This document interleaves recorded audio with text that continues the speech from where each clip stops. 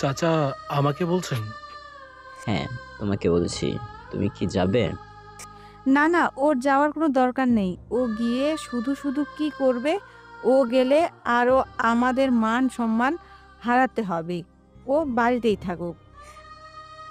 আর তাছাড়াও বড় চাচি কি আর ভুল বলেছে? যা সত্যি তাই বলেছে। যদি কাজ না করে শুধু বসে বসে খায়, তাহলে এটা নিয়ে তো প্রশ্ন সবাই করবেই, তাই না? এত বড় ছেলে হয়েছে তবুও কিছুই করে না। আমি কথা বললেই তোর মাথা নষ্ট হয়ে যায়। আর এই যে তুই তোর পরিবার থেকে এত অপমানিত হচ্ছিস, এগুলা তোর কিছু যায় আসে না।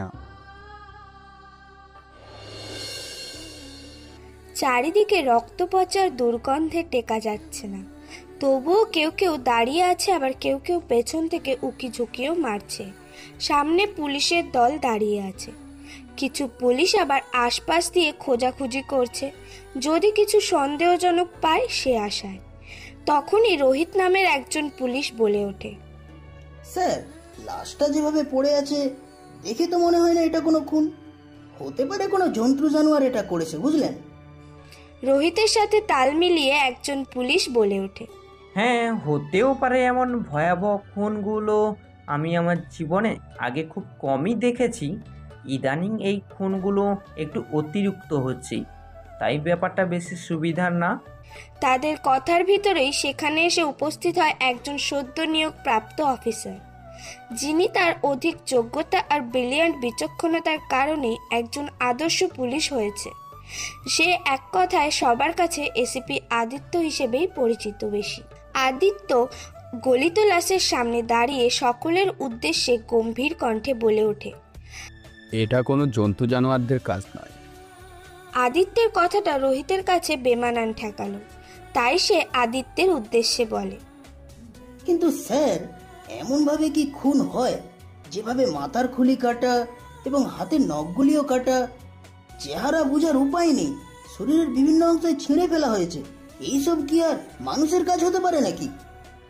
রোহিতের কথায় আদিত্য লাশটার পানে আরেকবার ভালো করে নজর বুলিয়ে বলে উঠল, এই নিয়ে ঢাকায় 5টা খুন হলো পরপর। জনগণ বেশ ক্ষিপ্ত। এখন যদি তুমি গিয়ে বলো এগুলো জন্তু জানোয়ার করেছে, তাহলে তারা কেমন রিয়েক্ট করবে ভাবতে পারছো? স্যার, আমি কিছু বুঝলাম না। রোহিতের কথার জবাবে আদিত্য কিছু বলতে যাবে, তখনই সেখানে থাকা আরেকটি পুলিশ আদিত্যের উদ্দেশ্যে বলে, স্যার, ল্যাব থেকে ফোন এসেছে, বলেছে আপনাকে দিতে। ল্যাবের ডাক্তার একটা জরুরি বিষয়ে কথা বলতে চাইছেন। ফোনটা দাও দেখি। পুলিশ ফোন দিলে আদিত্য সেই ফোনটি কানে চেপে ধরে ওপাশ থেকে একজন ব্যক্তি কিছু বলে, যা শুনে আদিত্য বলে, হ্যাঁ, আপনাকে অনেক ধন্যবাদ। আমি জানতাম আমি যা ধরেছি সব ঠিকই। আচ্ছা, আমি পরে কথা বলবো, রাখছি। কথাটি বলেই আদিত্য কল কেটে দেয়। স্যার, কি হয়েছে? কোনো ভালো খবর নাকি? রোহিতের কথায় আদিত্য পেছনে ফিরে দেখে রোহিত আর একজন পুলিশ দাঁড়িয়ে আছে। তাই আদিত্য তাদের উদ্দেশ্যে বলে, হ্যাঁ, আমি যা ধরেছি সেটাই ঠিক। আমি জানতাম আমি এতটাও ভুল হতে পারি না। স্যার, বুঝিয়ে বলুন, আমরা বুঝতে পারিনি। আদিত্য এবার দীর্ঘশ্বাস ছেড়ে বলা শুরু করে, এই যে এই লাশটা দেখতে পাচ্ছ, যেটা এত দিন ধরে তোমরা সকলেই পুরুষের লাশ ভেবে এসেছো, তারা একদমই ভুল। আর এটা কোনো জন্তু জানোয়ার বা মনস্টারের কাজ নয়, এটা একটা মানুষেরই কাজ। আদিত্যের কথায় হতভম্ব হয়ে যায় উপস্থিত থাকা সকলে। যে মানুষগুলো এতক্ষণ পুলিশের ভিড়ে ঠেকে উকিঝুঁকি দিচ্ছিল, তারা সকলেই ভয়ে চুপ হয়ে গেছে। এখন আদিত্যের কথাটা কেমন জানি রোহিতের একদম বিশ্বাস হলো না। স্যার, আপনি এসব কি বলছেন? হ্যাঁ, আমি যা বলছি সব সত্যি। এই লাশটা একটি মেয়ের লাশ, এবং এখান থেকে যতগুলো খুন হয়েছে সবগুলোই মেয়ের লাশ, এবং এদের খুন মানুষই করেছে, কিন্তু খুব বাজেভাবে। কিন্তু স্যার, আপনি এত শিওর কিভাবে হচ্ছেন? আদিত্য এবার তার ফোন বের করে একটি ছবি বের করে সবার উদ্দেশ্যে বলে, এই দেখো পোস্টমর্টম রিপোর্ট। এখানে স্পষ্ট দেখা যাচ্ছে এর আগে যেসব খুন হয়েছে সবগুলোই মেয়ের। আদিত্যের কথায় সবাই রিপোর্টের দিকে তাকালে আসল ব্যাপারটা বুঝতে পারে।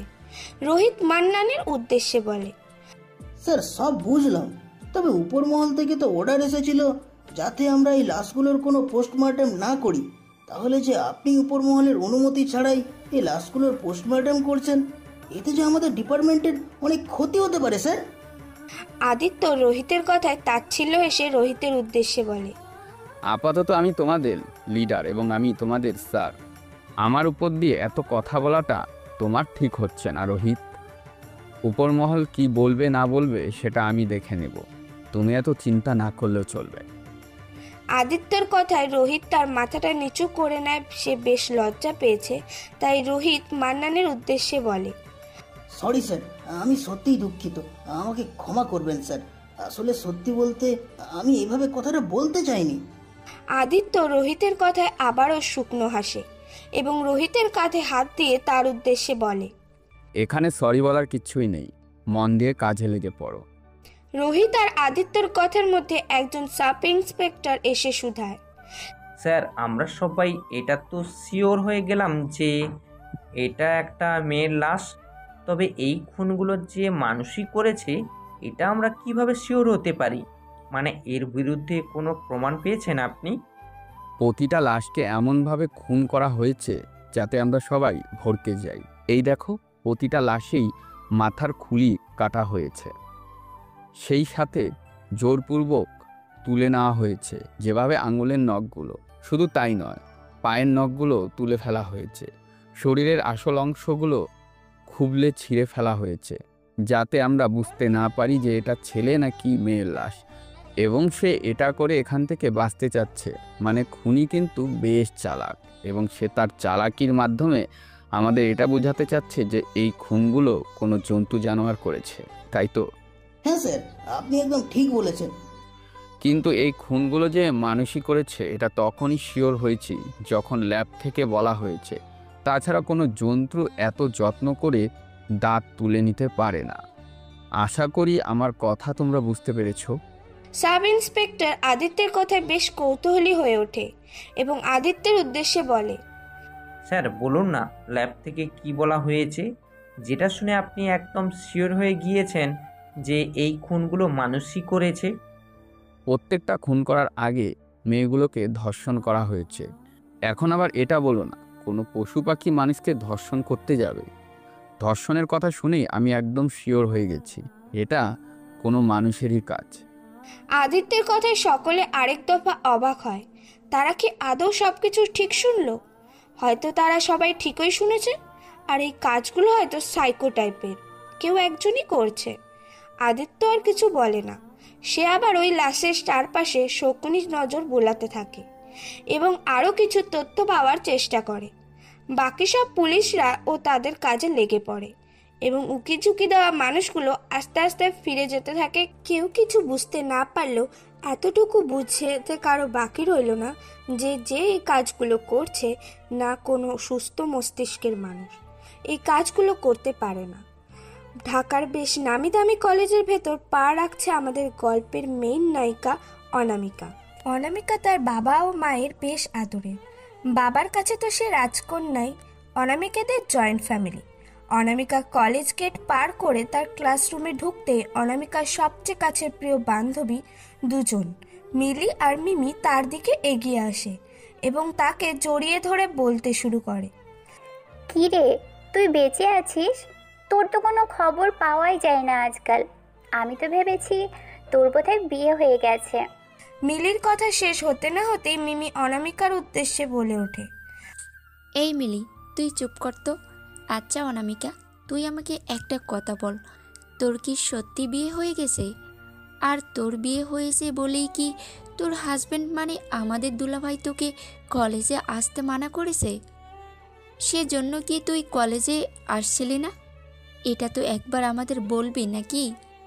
আমাদেরও তো টেনশন হয়। অনামিকার কাছে মিলি আর মিমি কথাগুলো বেশ বিরক্ত লাগে। সে মিলি এবং মিমিকে এড়িয়ে তার বেঞ্চে গিয়ে বসে পড়ে, যা দেখে মিলি এবং মিমি রেগে তার দিকে এগিয়ে আসে এবং বলে, বাহ অনামিকা বাহ, বিয়ে হতে না হতেই তুই আমাদের এড়িয়ে চলাও শিখে গেছিস। এই প্রতিদান দিলি তুই আমাদের বান্ধবীদের, আমাদের এভাবে ভুলে গেলি?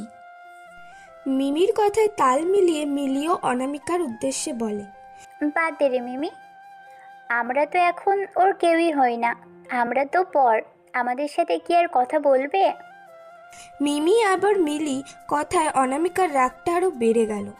অনামিকা মিলি আর মিমির দিকে রাগী দৃষ্টিতে তাকিয়ে তাদের উদ্দেশ্যে বলে, যখন থেকে এসেছিস শুধু বলেই যাচ্ছিস আর বলেই যাচ্ছিস, আমাকে তো কিছু বলার সুযোগ দিবি নাকি? তোরাই যদি এত কথা বলবি তাহলে আমাকে কেন জিজ্ঞেস করছিস? অনামিকার কথা শুনে মিমি এবং মিলি দুজনেই মুখ ভেঙচি কাটে। অনামিকা আবারও মিলি এবং মিমির উদ্দেশ্যে বলে, তোরা কি দেশের খবর কিছু জানিস না? ঢাকা শহরে কি কি ঘটেছে সেসব নিয়ে আদেও কোনো মাথা ব্যথা আছে তোদের?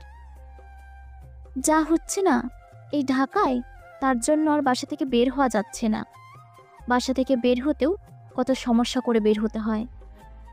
তোরা সকালে তো জানিস বাবা আমাকে নিয়ে কতটা ভয় পায়।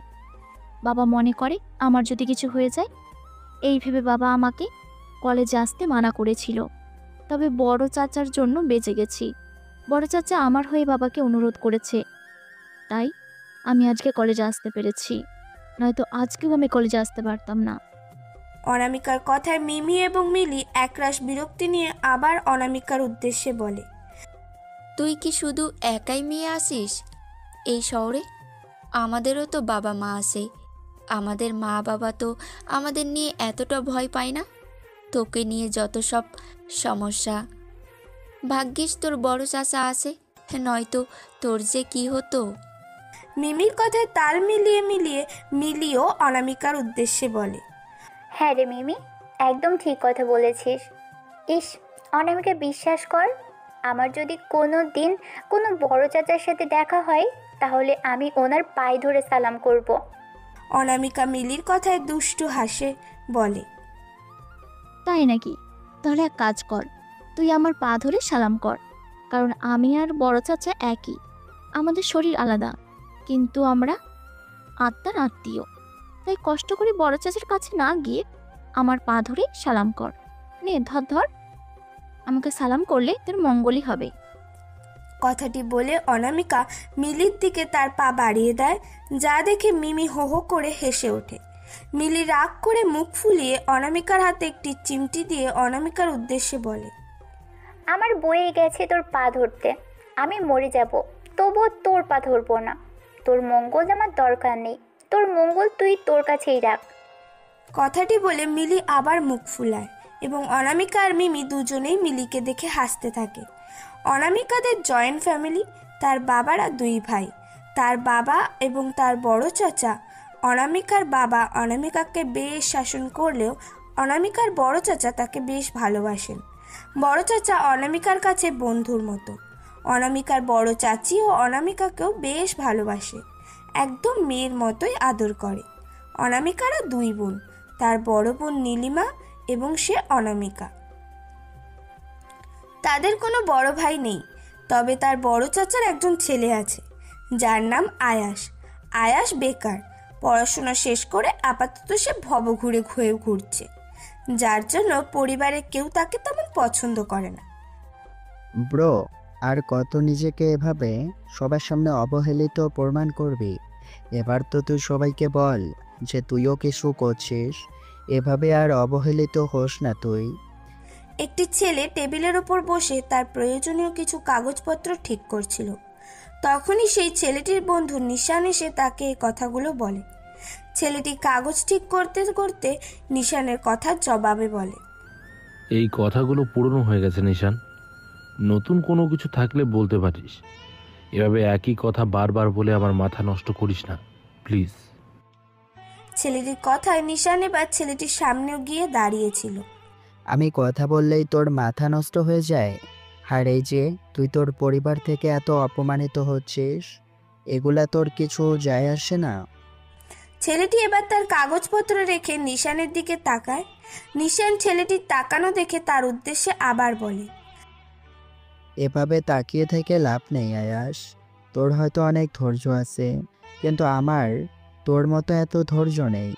আমি যেন কবে তোর পরিবারের সকলের মুখের উপর গিয়ে সত্যটা বলে দেই, তখন কিন্তু তুই আমাকে না করতে পারবি না।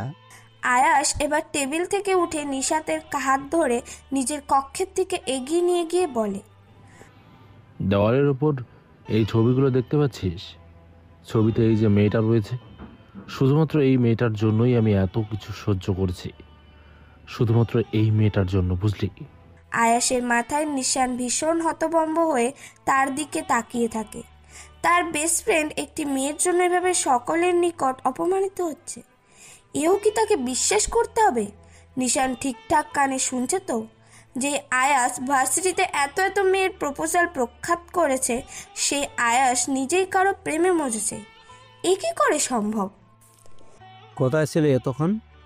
ওরা আবার কাজকর্ম কিছুই তো করো না, তাহলে এতক্ষণ বাইরে ঘোরাঘুরি কিসের জন্য করো তুমি? আয়াস কিছু উত্তর করবার আগেই তার মা রান্নাঘর থেকে বেরিয়ে উঁচু গলায় বলল, ওকে জিজ্ঞাসা করছো কেন তুমি? তুমি কি জানো না ও বাইরের কি করে বেড়ায়? নিশ্চয়ই ভণ্ডামি মাস্তামি এসব করে ঘুরে। তাছাড়া আর কি বা করতে পারবে ও? আয়াস মাথা নিচু করে চুপ করে আছে। সে কিছু বলছে না, তার কাছে বলার মতো কিছুই নেই। তাই সে চুপচাপ সিঁড়ি দিয়ে ওপরের দিকে যেতে নেয়। তখনই তার মা আবারও পেছন থেকে বলে ওঠে, দেখছো কেমন বেয়াদব হয়েছে? মা বাবা একটা প্রশ্ন করলো, সেটার উত্তর না দিয়ে কিভাবে অভদ্রর মতো চলে যাচ্ছে। এই শিক্ষাই দিয়েছি আমরা ওকে। সি। কথাটি বলেই আয়াসের মা আবার রান্নাঘরে চলে যায়। আয়াস সিঁড়ি দিয়ে উঠে তার রুমের দিকে যাচ্ছিল।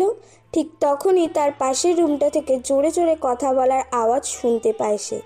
কিছুক্ষণের জন্য সেখানেই থেমে যায়। আয়াস আর মনে মনে ভাবতে থাকে, কথার শব্দ তো অনামিকার ঘর থেকেই আসছে, আর গলাটা তো ওরই। অনামিকা আবার কি বলছে এত জোরে জোরে? আর কার সাথেই বা এভাবে কথা বলছে? মনে তো হয় না কোনো বন্ধু, তাহলে কে হতে পারে? কথাটি ভেবেই আয়াস অনামিকার ঘরের দরজার সামনে গিয়ে দাঁড়িয়ে অনামিকার কথাগুলো শোনার চেষ্টা করে। অনামিকা বলছে, আরে পুলিশবাবু, এত চিন্তা কেন করছেন শুধু শুধু?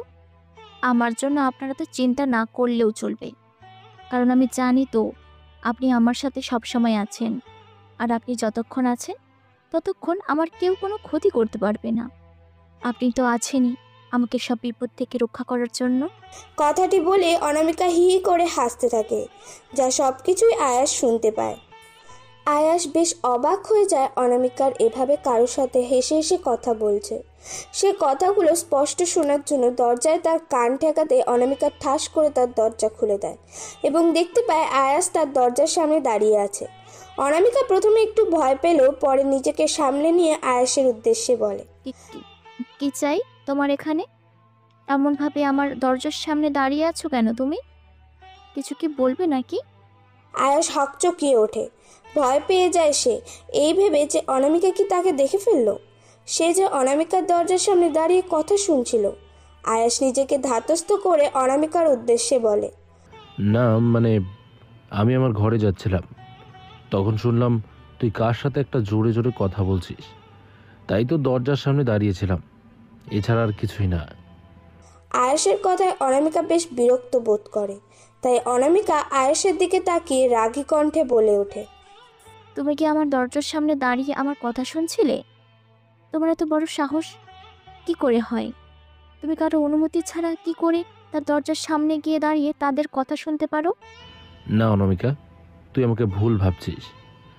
আমি এমন কিছু করতে চাইনি। আসলে তুই জোরে জোরে কথা বলছিলি, তাই ভাবলাম তুই কার সাথে কথা বলছিস এটাই শুধু জানতে চেয়েছি, ব্যাস। তাছাড়া আর কোনো খারাপ উদ্দেশ্য আমার ছিল না। কি উদ্দেশ্য যে তোমার ছিল এটা আমি বেশ ভালো করেই বুঝে গেছি। তাই বলছি, নাটক করা বন্ধ করো। না অনামিকা, তুই সত্যি আমাকে ভুল বুঝছিস। অনামিকা তার ঘরের ভেতর যেতে যেতে আয়াসের উদ্দেশ্যে উঁচু গলায় বলে, প্লিজ আয়াস, আমি তোমার কাছ থেকে আর কিছু শুনতে চাচ্ছি না। বড় চাচি ঠিকই বলে, তুমি একটা ফালতু ছেলে, একটা বাজে ছেলে, অসহ্য। কথাটি বলে অনামিকা তার ঘরের দরজা আবারও লাগিয়ে দেয়। এদিকে আয়াস অনামিকার কথায় বেশ কষ্ট পায়। সবার কথা, সবার দেওয়া কষ্ট মেনে নেওয়া যায়, কিন্তু যদি মনের মানুষটাই কষ্ট দেয় তাহলে কি সেটা মেনে নেওয়া যায়? যতই হোক প্রিয় মানুষ বলে কথা। আয়াসের কিছু না ভেবে তার ঘরে গিয়ে দরজা লাগিয়ে দেয়। এসিপি স্যার, আমাদের এক্ষুনি যেতে হবে। আবারও একটা লাশ পাওয়া গেছে। হ্যাঁ, আমি জানি, এটার জন্যই প্রস্তুতি নিচ্ছিলাম। তবে আজকের খুনটা বেশ আলাদাভাবেই করা হয়েছে শুনলাম। তাহলে কি স্যার আজকের খুনটা কি অন্যজন করেছে নাকি? রাফি নামক কনস্টেবলের কথায় আদিত্য তার গ্লাভসগুলো পকেটে ভরতে ভরতে 2 নাম্বার পুলিশের উদ্দেশ্যে বলে, না, অন্য কেউ না, সেই সাইকোটাই আজকের খুনটা করেছে। তবে সে বোধহয় জেনে গেছে যে আমরা তার প্ল্যানটা ধরে ফেলেছি, তাই সে আর বেশি কষ্ট করেনি, শুধু লাশটাকে কেটে টুকরো টুকরো করে ভাগ করে দিয়েছে। কি বলছেন কি স্যার? হ্যাঁ, যা বলছি তাই সত্যি। আচ্ছা, রোহিত কোথায়? তাকে তো দেখছি না। কনস্টেবল রাফি আবার আদিত্যের সাথে সাথে বাইরে বের হতে হতে তাকে জবাব দেয়, রোহিত স্যার তো আগেই ওখানে চলে গেছে, আর যাওয়ার আগে বলেছে আপনাকে নিয়ে যেন তাড়াতাড়ি যাই। কনস্টেবলের কথায় আদিত্য একটু থামে এবং সে তার দিকে তাকিয়ে বলে, আগেই চলে গেছে? হ্যাঁ স্যার, আগেই চলে গেছে। আচ্ছা ঠিক আছে, চলো। কথাটি বলে আদিত্য আর সেই কনস্টেবলটি গাড়িতে উঠে চলে যায়। পুলিশের গাড়িটি এসে থেমেছে সেই গন্তব্যে যেখানে 8 টুকরা করা সেই লাশটি পাওয়া গেছে। ইতিমধ্যে কয়েকজন পুলিশ এখানে আগে থেকেই উপস্থিত আছে। আদিত্য গাড়ি থেকে নামতেই কয়েকজন পুলিশ তার সামনে এগিয়ে আসে। রোহিত আদিত্যের দিকে এগিয়ে এসে তার হাতের ইশারায় একটি গাছ দেখিয়ে বলে, স্যার, একটি গাছের নিচে থেকে মাথা পাওয়া গেছে। একটি লোক নাকি সকালবেলা তার কাজে যাওয়ার জন্য এই রাস্তা দিয়ে যাচ্ছিল, তখনই দেখে গাছের নিচে একটি কাটা মাথা পড়ে আছে। লোকটি ভীষণ ভয় পেয়ে যায় এবং ভয়ের চোটে আশেপাশের মানুষজনকে ডাকাডাকি করলে তারা এসে আমাদেরকেই খবর দেয় এবং আমরা এখানে এসে পড়ি। আপনি তো তখন থানায় উপস্থিত ছিলেন না, সেই জন্য আমরাই আগে এসেছি। হ্যাঁ, আমিও একটু বাড়িতে গিয়েছিলাম, একটু কাজ ছিল বলে আসতে লেট হয়ে গেছে। জি স্যার, বুঝতে পেরেছি। এখানে এসে খোঁজাখুঁজি করে গাছের পেছনের দিকে 4 টুকরো এবং গাছের উপরের ডালে 4 টুকরো অংশ পেয়েছি। এই লাশটার মানুষ কতটা খারাপ হতে পারলে এই সব কাজগুলো করে ভাবা যায়। এরা মানুষই নয়, মানুষ হলে এই সব কখনোই করতে পারতো না। এরা মানুষ নামে অমানুষ শয়তান। আদিত্যের বেশ খারাপ লাগে, না জানি কত মায়ের কোল খালি করেছে এই নরপিশাচটা। এসব ভেবেই আদিত্যের মনে মনে বেশ রাগ হয়। সবার সাথে সাথে লাশ যেখানে রাখা হয়েছে সেখানে এগিয়ে যায় আদিত্য এবং লাশটির চারপাশ বেশ ভালোভাবে পর্যবেক্ষণ করতে থাকে। তখনই আদিত্যের চোখ যায় গাছের নিচে যেখানে লাশটির মাথা রাখা হয়েছিল। সে মাথার পাশে একটি ছোট্ট সাদা কাগজে রাখা। আদিত্য সেদিকে এগিয়ে গিয়ে সাদা কাগজটা হাতে তুলতেই সবার নজর সেদিকে যায়। কনস্টেবল রাফি আদিত্যের উদ্দেশ্যে জিজ্ঞেস করে, স্যার, এটা আপনার হাতে কি আর কোথায় বা পেলেন?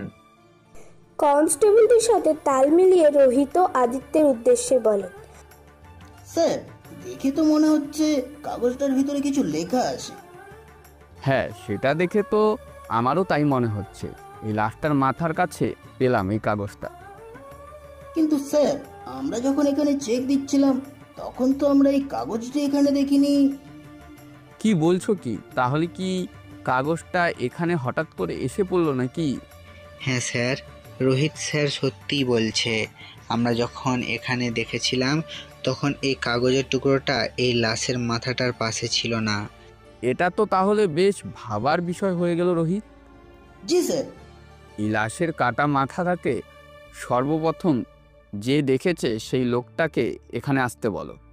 ঠিক আছে স্যার। কথাটি বলেই রোহিত সেই লোকটিকে ডাক দেয়।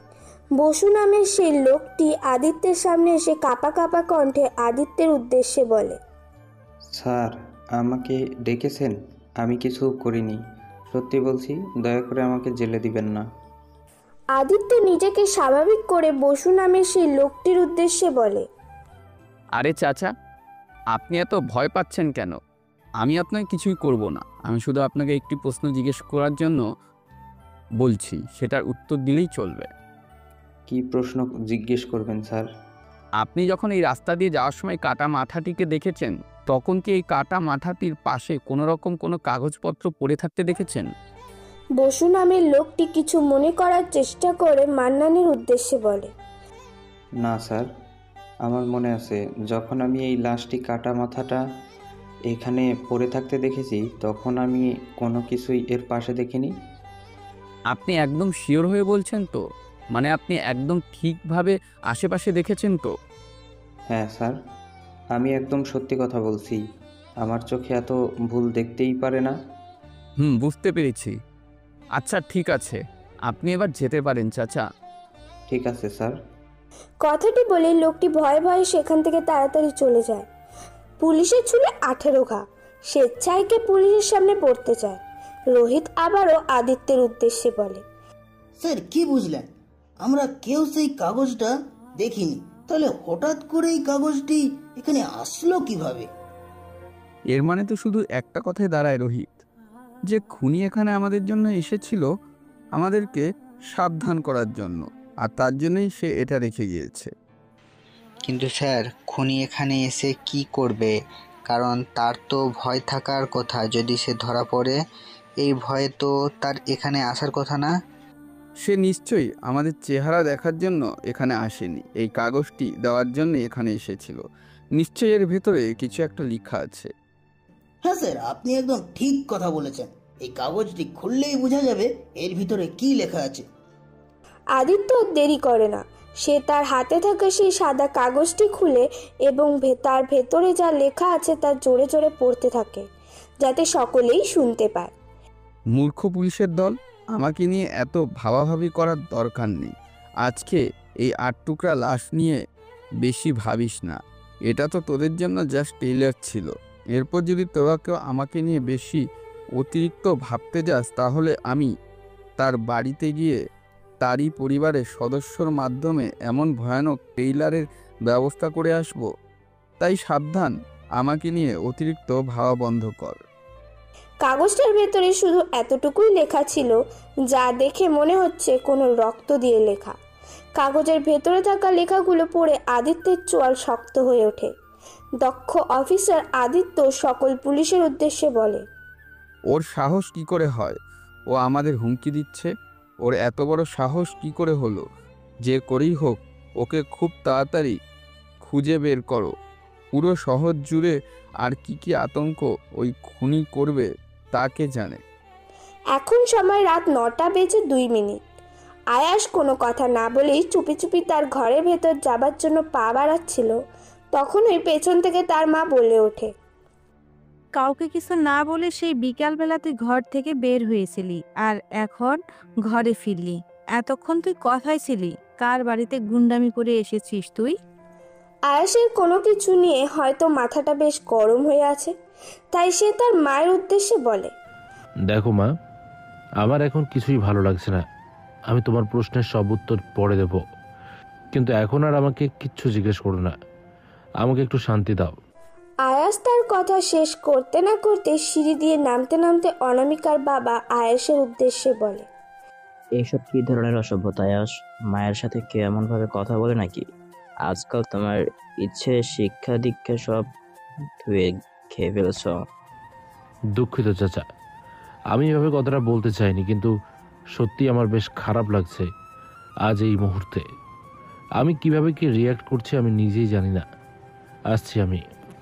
কথাটি বলেই আয়াস লম্বা লম্বা পা ফেলে তার ঘরে চলে যায়।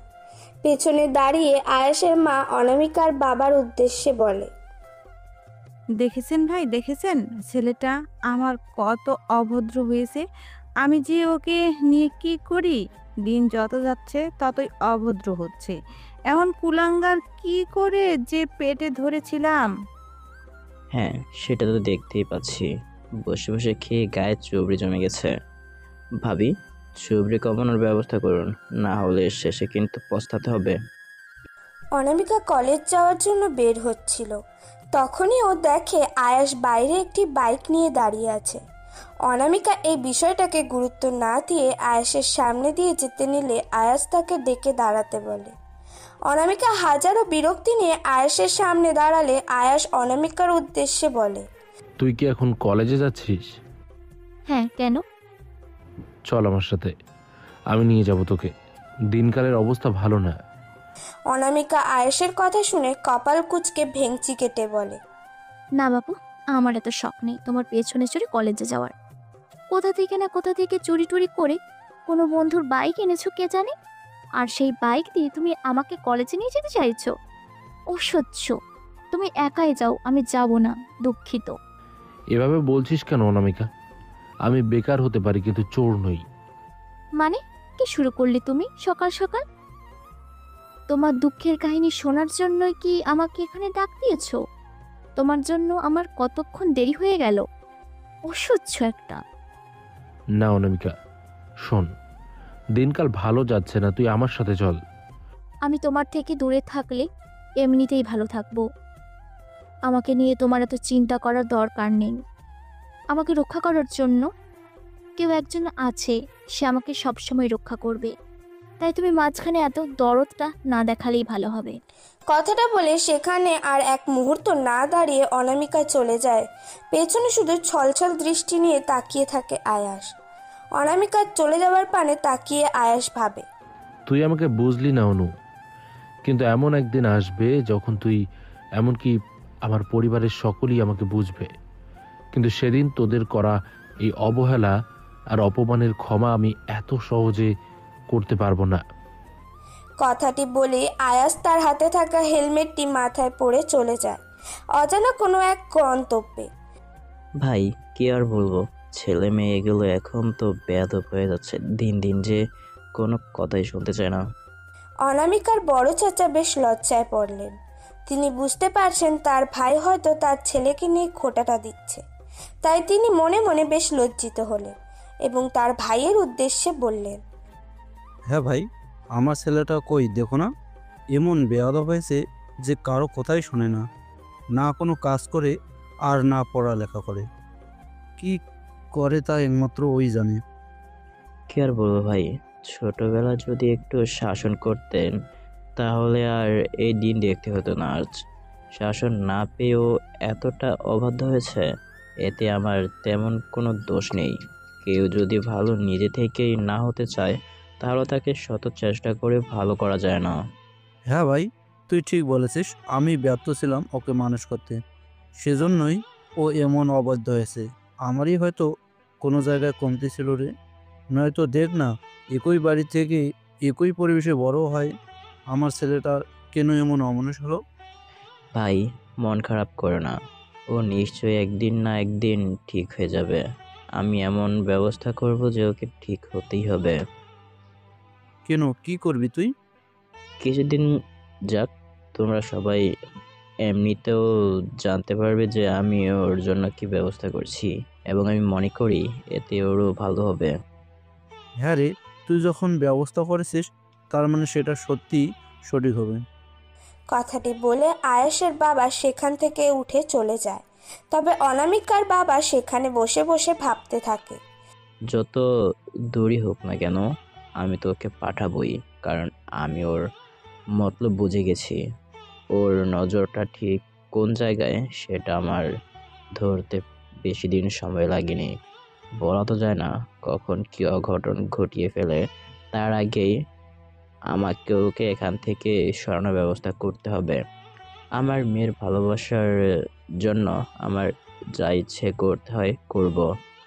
কথাটি ভেবে অনামিকার বাবা মনে মনে দীর্ঘশ্বাস নিলেন। ইউনিফর্মের কলার ঠিক করতে করতে থানায় প্রবেশ করে থানার বড় অফিসার এসিপি আদিত্য চৌধুরী। চেহারায় কাঠিন্য, নজর ভয়ানক শিকারি ঈগলের মতো। জিম করা শরীরের পেশিগুলো যেন ইউনিফর্ম ছিঁড়ে ফেটে পড়তে যাচ্ছে। 6 ফুট উচ্চতার এই সুদর্শন অফিসার অপরাধীদের কাছে জম তুলল। তার গলার একটা আওয়াজ থানায় অবস্থিত সকলের জন্য যথেষ্ট। যখন সে রেগে যায়, শ্বাসের শব্দ তেজি অজগরের ন্যায় শোনায়। তার হাতের একটা ঘুষির ওজন 250 পাউন্ড।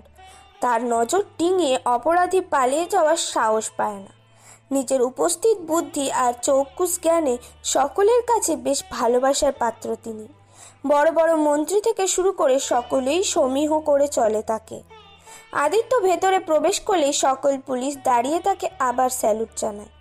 আদিত্য অল্প মাথা ঝুঁকিয়ে নিজের বরাদ্দকৃত চেয়ারে বসে পায়ের ওপর পা তুলে এরপর কিছু জরুরি ক্রিমিনাল ফাইল ঘাঁটতে থাকে।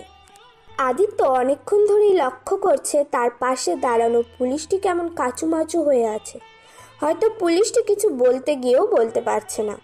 আদিত্য বুঝতে পেরেছে হয়তো পুলিশটি তাকে কিছু বলতে চাচ্ছে, তাই সে সেই পুলিশটির উদ্দেশ্যে জিজ্ঞেস করে, আমি অনেকক্ষণ ধরেই লক্ষ্য করছি আপনি কেমন একটা করছেন। আপনি কি আমাকে কিছু বলতে চাচ্ছেন? যদি কিছু বলতে চান তাহলে এভাবে সংকোচবোধ না করে আমাকে সরাসরি জিজ্ঞেস করতে পারেন, কোনো সমস্যা নেই। আদিত্যের কথায় সেই পুলিশটি চোরের মতো তার চোখটা এদিক ওদিক করতে থাকে এবং আমতা আমতা করে আদিত্যের উদ্দেশ্যে বলে, মানে স্যার আমি বলছিলাম কি। আদিত্য এবার মুচকি এসে সে পুলিশটির দিকে তাকিয়ে পুলিশটির উদ্দেশ্যে বলে, আমি মানুষ, কোনো ভূত বা ভাল্লুক নই, তাই এত ভয় না পেয়ে সরাসরি বলুন কি বলতে চাইছেন। সেই পুলিশটি এবার রোহিতের দিকে তাকায়। রোহিত তার ফাইলগুলো চেক করছিল। রোহিত যখন বুঝতে পারে যে সেই পুলিশটি তার দিকে তাকিয়ে আছে, তখন সে তার ফাইলের থেকে নজর সরিয়ে সে পুলিশের দিকে তাকিয়ে জিজ্ঞেস করে আশ্বাস দেয় যাতে সে আদিত্যকে যেটা জিজ্ঞেস করতে চাচ্ছে সেটা যেন জিজ্ঞেস করে, কারণ আদিত্য স্যার তাকে কিছুই বলবে না। পুলিশটি এবার রোহিতের থেকে আশ্বাস নিয়ে আদিত্যের উদ্দেশ্যে সাহস নিয়ে জিজ্ঞেস করেই ফেলে, স্যার আপনি কি দেরি করে ঘুম থেকে ওঠেন? আপনি প্রতিদিন সবার পরে ডিউটিতে এসে উপস্থিত হন, কিন্তু কেন? সেই পুলিশটার করা প্রশ্নে সেখান থেকে সকল পুলিশ প্রথমে অবাক হয়, কিন্তু পরে মনে মনে মিটিমিটি হাসতে থাকে। আদিত্য পুলিশের কথা বেশ মজা পায়। সে মুচকি হেসে পুলিশটির উদ্দেশ্যে জবাব দেয়, আপনি বোধহয় এখানে নতুন এসেছেন। মানে আমার জানা মতে আপনি যদি পুরনো কোনো পুলিশ হতেন তাহলে আমার ব্যাপারে সবই জানতেন। যেহেতু আপনি কিছু জানেন না, তার মানে আপনি এখানে নতুন, তাই না? পুলিশটি এবার বোকা চোখে তাকিয়ে আদিত্যের উদ্দেশ্যে বলে, জি স্যার, আমি মাত্র 1 মাস ধরে এসেছি এখানে, তবে মাঝখানে কিছুদিন ছুটিতে ছিলাম। কেন 1 মাস ধরে নতুন এসে আবার এসেই মাঝখানে ছুটি কেন নিয়েছেন? কি সমস্যা ছিল? আসলে স্যার, এই পুলিশ আর কিছু বলতে যাবে তখনই অন্য আরেকটি পুলিশ আদিত্যের উদ্দেশ্যে বলে, কি বলুন তো স্যার, উনি নতুন নতুন বিয়ে করেছেন, আর বিয়ে করার পরই মাঝখানে এতদিন ছুটি নিয়েছিলেন। অন্য পুলিশটির কথায় সেই পুলিশটি লাজুক হেসে উত্তর দেয়, হ্যাঁ আপনি একদম ঠিক কথা বলেছেন। হয়েছে, আর লজ্জা পেতে হবে না। বিয়ে করে ফেলেছেন, ঝামেলা শেষ। এবার মন দিয়ে কাজটা করেন, ঠিক আছে? জি স্যার, বুঝেছি, একদম ঠিক আছে, আমি আমার মন দিয়ে এই কাজটা করব। হঠাৎ রোহিত একটি ফাইল নিয়ে আদিত্যের সামনে এগিয়ে গিয়ে বলে, স্যার আপনি যে ফাইলগুলো চেক দিতে বলেছিলেন সেই সব ফাইলগুলিই চেক দিয়েছি।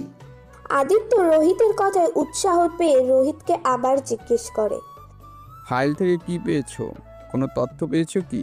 মানে আমরা যেটা ধরেছিলাম সেটার কি হয়েছে? কি পেলে বলো তো? আদিত্যের কথায় রোহিত তার হাতে থাকা ফাইলগুলো খুলে তার সামনে ধরে তার উদ্দেশ্যে বলে, স্যার এই জিনিসটা দেখুন, এখনো পর্যন্ত যে 6টা মেয়ের খুন হয়েছে সেই 6টা মেয়ের কোনো বাড়ি থেকে আমাদের এখানে কোনো কমপ্লেন আসেনি। মানে হারিয়ে গেছে বা কিডন্যাপ করা হয়েছে এমন কোনো কমপ্লেন কেউ করেইনি। সবাই অনাথ ছিল এমন কিন্তু নয়, তবে 6 মাস আগে একটি পরিবার থেকে একটি 18 বছরের মেয়ে হারানোর কমপ্লেন আমাদের থানায় করা হয়েছিল, কিন্তু 2 দিন পরে আবার সেই কমপ্লেন তারা নিজেরাই এসে উঠিয়ে নিয়ে গেছে। এই ব্যাপারটা আমার কাছে তেমন একটা সুবিধার মনে হচ্ছে না। রোহিতের কথায় আদিত্য তার ভাবান্তর চেহারা নিয়ে রোহিতের উদ্দেশ্যে বলে, কি বলছো? এ তো মোটেও সুবিধার বিষয় নয়। কবে হয়েছে এই ঘটনা? আচ্ছা রোহিত, যেই মেয়েটার হারানো নিয়ে তার পরিবার আমাদের থানায় কমপ্লেন করেছে, সেই মেয়েটার পরিবার যেখানে থাকে সেখানকার ঠিকানা, জায়গা এসব তো নিশ্চয়ই এই ফাইলে মানে আমাদের কাছে আছে, তাই না?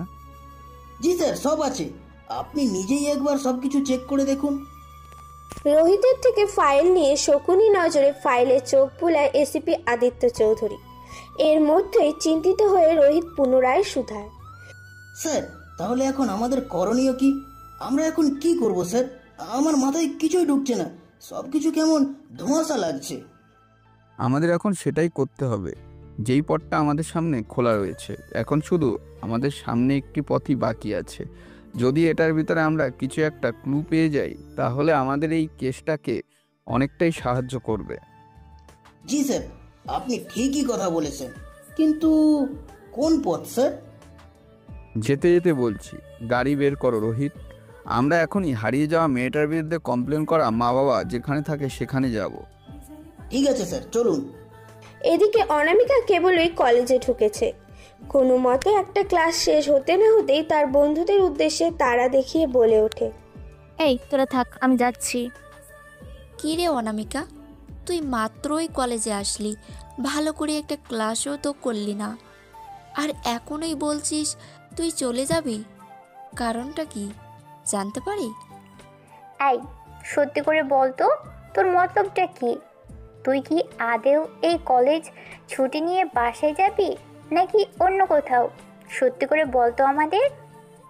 অনামিকা মিলি এবং মিমির কথায় আমতা আমতা করে তাদের উদ্দেশ্যে বলে, আরে আজব কি শুরু করলি তোরা? আমি সত্যি বাসায় যাব।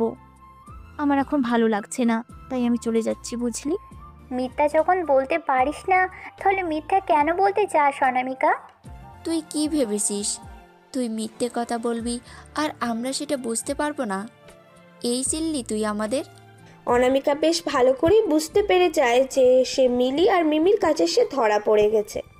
তাই সে সত্যিটা স্বীকার করে আর কিছু না লুকিয়ে মিমি আর মিলির উদ্দেশ্যে বলে, তোরা তো আমার প্রাণের প্রিয় বান্ধবী, আমি কি তোদের কাছে কিছু লুকোতে পারি বল? আসলে আমি আসলে কি অনামিকা? মানে আমি আসলে তোদের দুলা ভাইয়ের সাথে দেখা করতে যাচ্ছি। ও বলেছে আজকে নাকি ও আমাকে ঘোরাতে নিয়ে যাবে। এখন নাকি ওর হাতে অনেকটা সময় আছে, তাই জন্য আমি এখন কলেজের ক্লাসে পালিয়ে ওর সাথে দেখা করতে যাব। এটা কিন্তু তোরা কাউকে বলবি না, ঠিক আছে? ও, এবার বুঝতে পেরেছি তাহলে আসল ব্যাপারটা। কিন্তু অনামিকা, এখন দেশের যা অবস্থা, এর ভিতরে তুই এভাবে একা একা যাবি, এটা কি ভালো দেখাবে? হ্যাঁ তাই তো অনামিকা, দেখ তুই এখন যাস না, তুই ভাইয়াকে বলে দে যে তুই পরে যাবি। আরে রিল্যাক্স, তোরা এত হাইপার কেন হয়ে যাচ্ছিস? তোরা কি জানিস না আমার হবু জামাই একজন পুলিশ অফিসার? তাই সে থাকতে আমার কখনো কোনো ক্ষতি হতেই পারে না, কারণ সে আমার কোনো বিপদ হতেই দিতে পারে না। তাই তোরা চিল কর, আমাকে নিয়ে এত ভাবিস না, ঠিক আছে? মিলি আর মিমির মন সায় দিচ্ছে না, তবুও অনামিকার সাথে সাথে তারাও মাথা নাড়ায়। ঠিক আছে, আমি তাহলে এখন যাচ্ছি, তোদের খেয়াল রাখিস।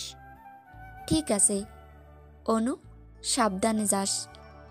অনামিকা আর কিছু বলে না, শুধু মুচকি হেসে কলেজ গেট থেকে বাইরে বেরিয়ে পড়ে তার আসল গন্তব্যে যাওয়ার জন্য।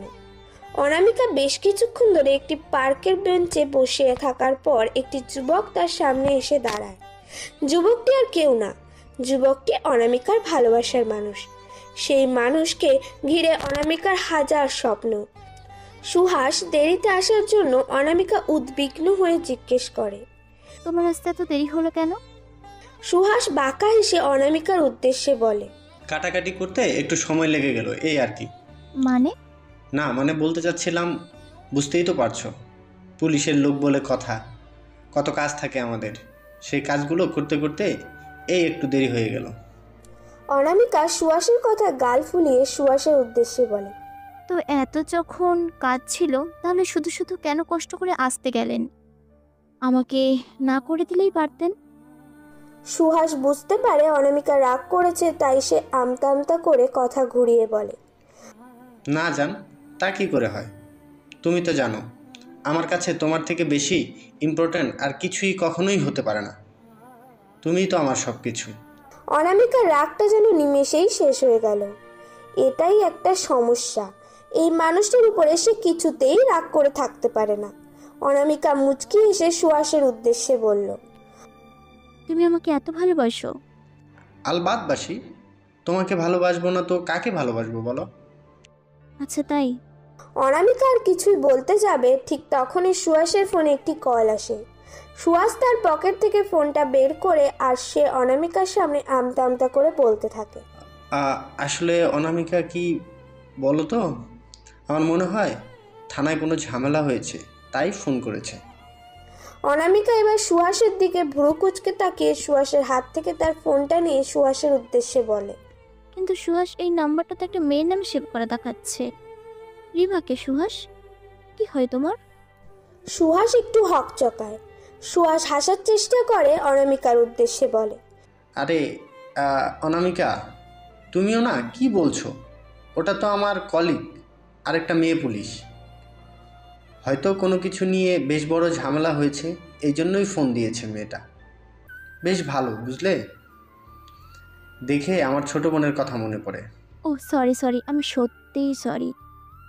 প্লিজ কিছু মনে করো না, আমি কিন্তু তোমাকে ভুল বুঝিনি সুহাস। না না, সমস্যা নেই। তুমি তো আমাকে ভুল বুঝবে, এটা তো স্বাভাবিক, তাই না? আমাকে তো আর বিশ্বাস করা যাচ্ছে না। না সুহাস, আমি সত্যিই লজ্জিত। আমি তোমাকে এইভাবে কথাটা বলতে চাইনি সুহাস। প্লিজ তুমি আমাকে মাফ করে দাও। আচ্ছা, মাফ করলাম। অনামিকা এবার সুহাসকে জড়িয়ে ধরে, আর সুহাস অনামিকার চুলের ঘ্রাণে বেশ অদ্ভুতভাবে নেয় এবং অনামিকার উদ্দেশ্যে বলে, আমি কি তোমার উপর রাগ করে থাকতে পারি বলো? হ্যাঁ, আমি জানতাম তুমি আমার উপর রাগ করে থাকতেই পারবে না। হ্যাঁ, তবে তোমার চুলের ঘ্রাণটা অসাধারণ। আচ্ছা, তোমার চুলগুলো যদি মাথা থেকে ছিঁড়ে ফেলি কেমন হবে? সুহাসের কথায় হঠাৎ অনামিকা দূরে সরে যায়।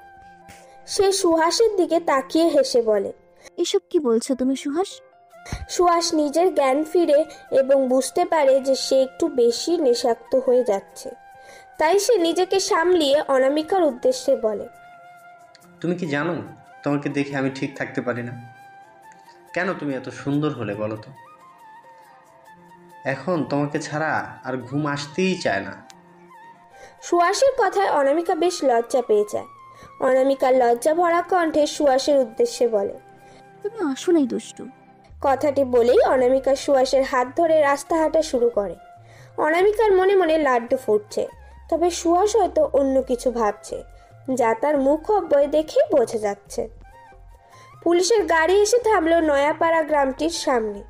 যদিও গ্রামটি বেশ বড় নয়, তবে দেখে বোঝা যাচ্ছে এখানে মানুষজন সকলেই মধ্যবিত্ত, যেটা এখানকার পরিবেশ দেখেই বোঝার উপায় বলে দিচ্ছে।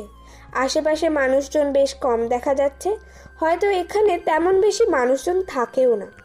পুলিশের গাড়িটি থেকেই প্রথমেই বেরিয়ে আসে এসিপি আদিত্য, এবং তারপর এক এক করে গাড়িটি থেকে 4 জন পুলিশ নেমে পড়ে। সেখানে রোহিতও উপস্থিত আছে। সবাই সামনে এগোতে যাবে তার আগে আদিত্য সবার উদ্দেশ্যে বলে, দেখো, আমরা প্রথমে আমাদের পরিচয় জানাবো না ওদের, কারণ এটা করলে হয়তো ওনারা ভয়ে আমাদের কিচ্ছুই বলবে না বা বলতে চাইবে না। তোমরা বুঝতে পারছো তো আমি কি বলতে চাচ্ছি? আদিত্যের কথায় সকলেই মাথা উপর নিচ দুলিয়ে সায় জানায় এবং রোহিত বলে, জি স্যার, তবে আমার মনে হয় এটা তেমন একটা সহজ হবে না। এখানে বড় একটা সমস্যা থাকতে পারে। রোহিতের কথায় সেখানে থাকা কিছু পুলিশ বেশ অবাক হয়ে যায়। তারা প্রশ্নসূচক দৃষ্টি নিয়ে রোহিতের দিকে তাকায় এবং সেখান থেকে একজন পুলিশ রোহিতকে জিজ্ঞেস করে, সমস্যা? কিসের সমস্যা স্যার? কি এমন সমস্যা হতে পারে আমাদের?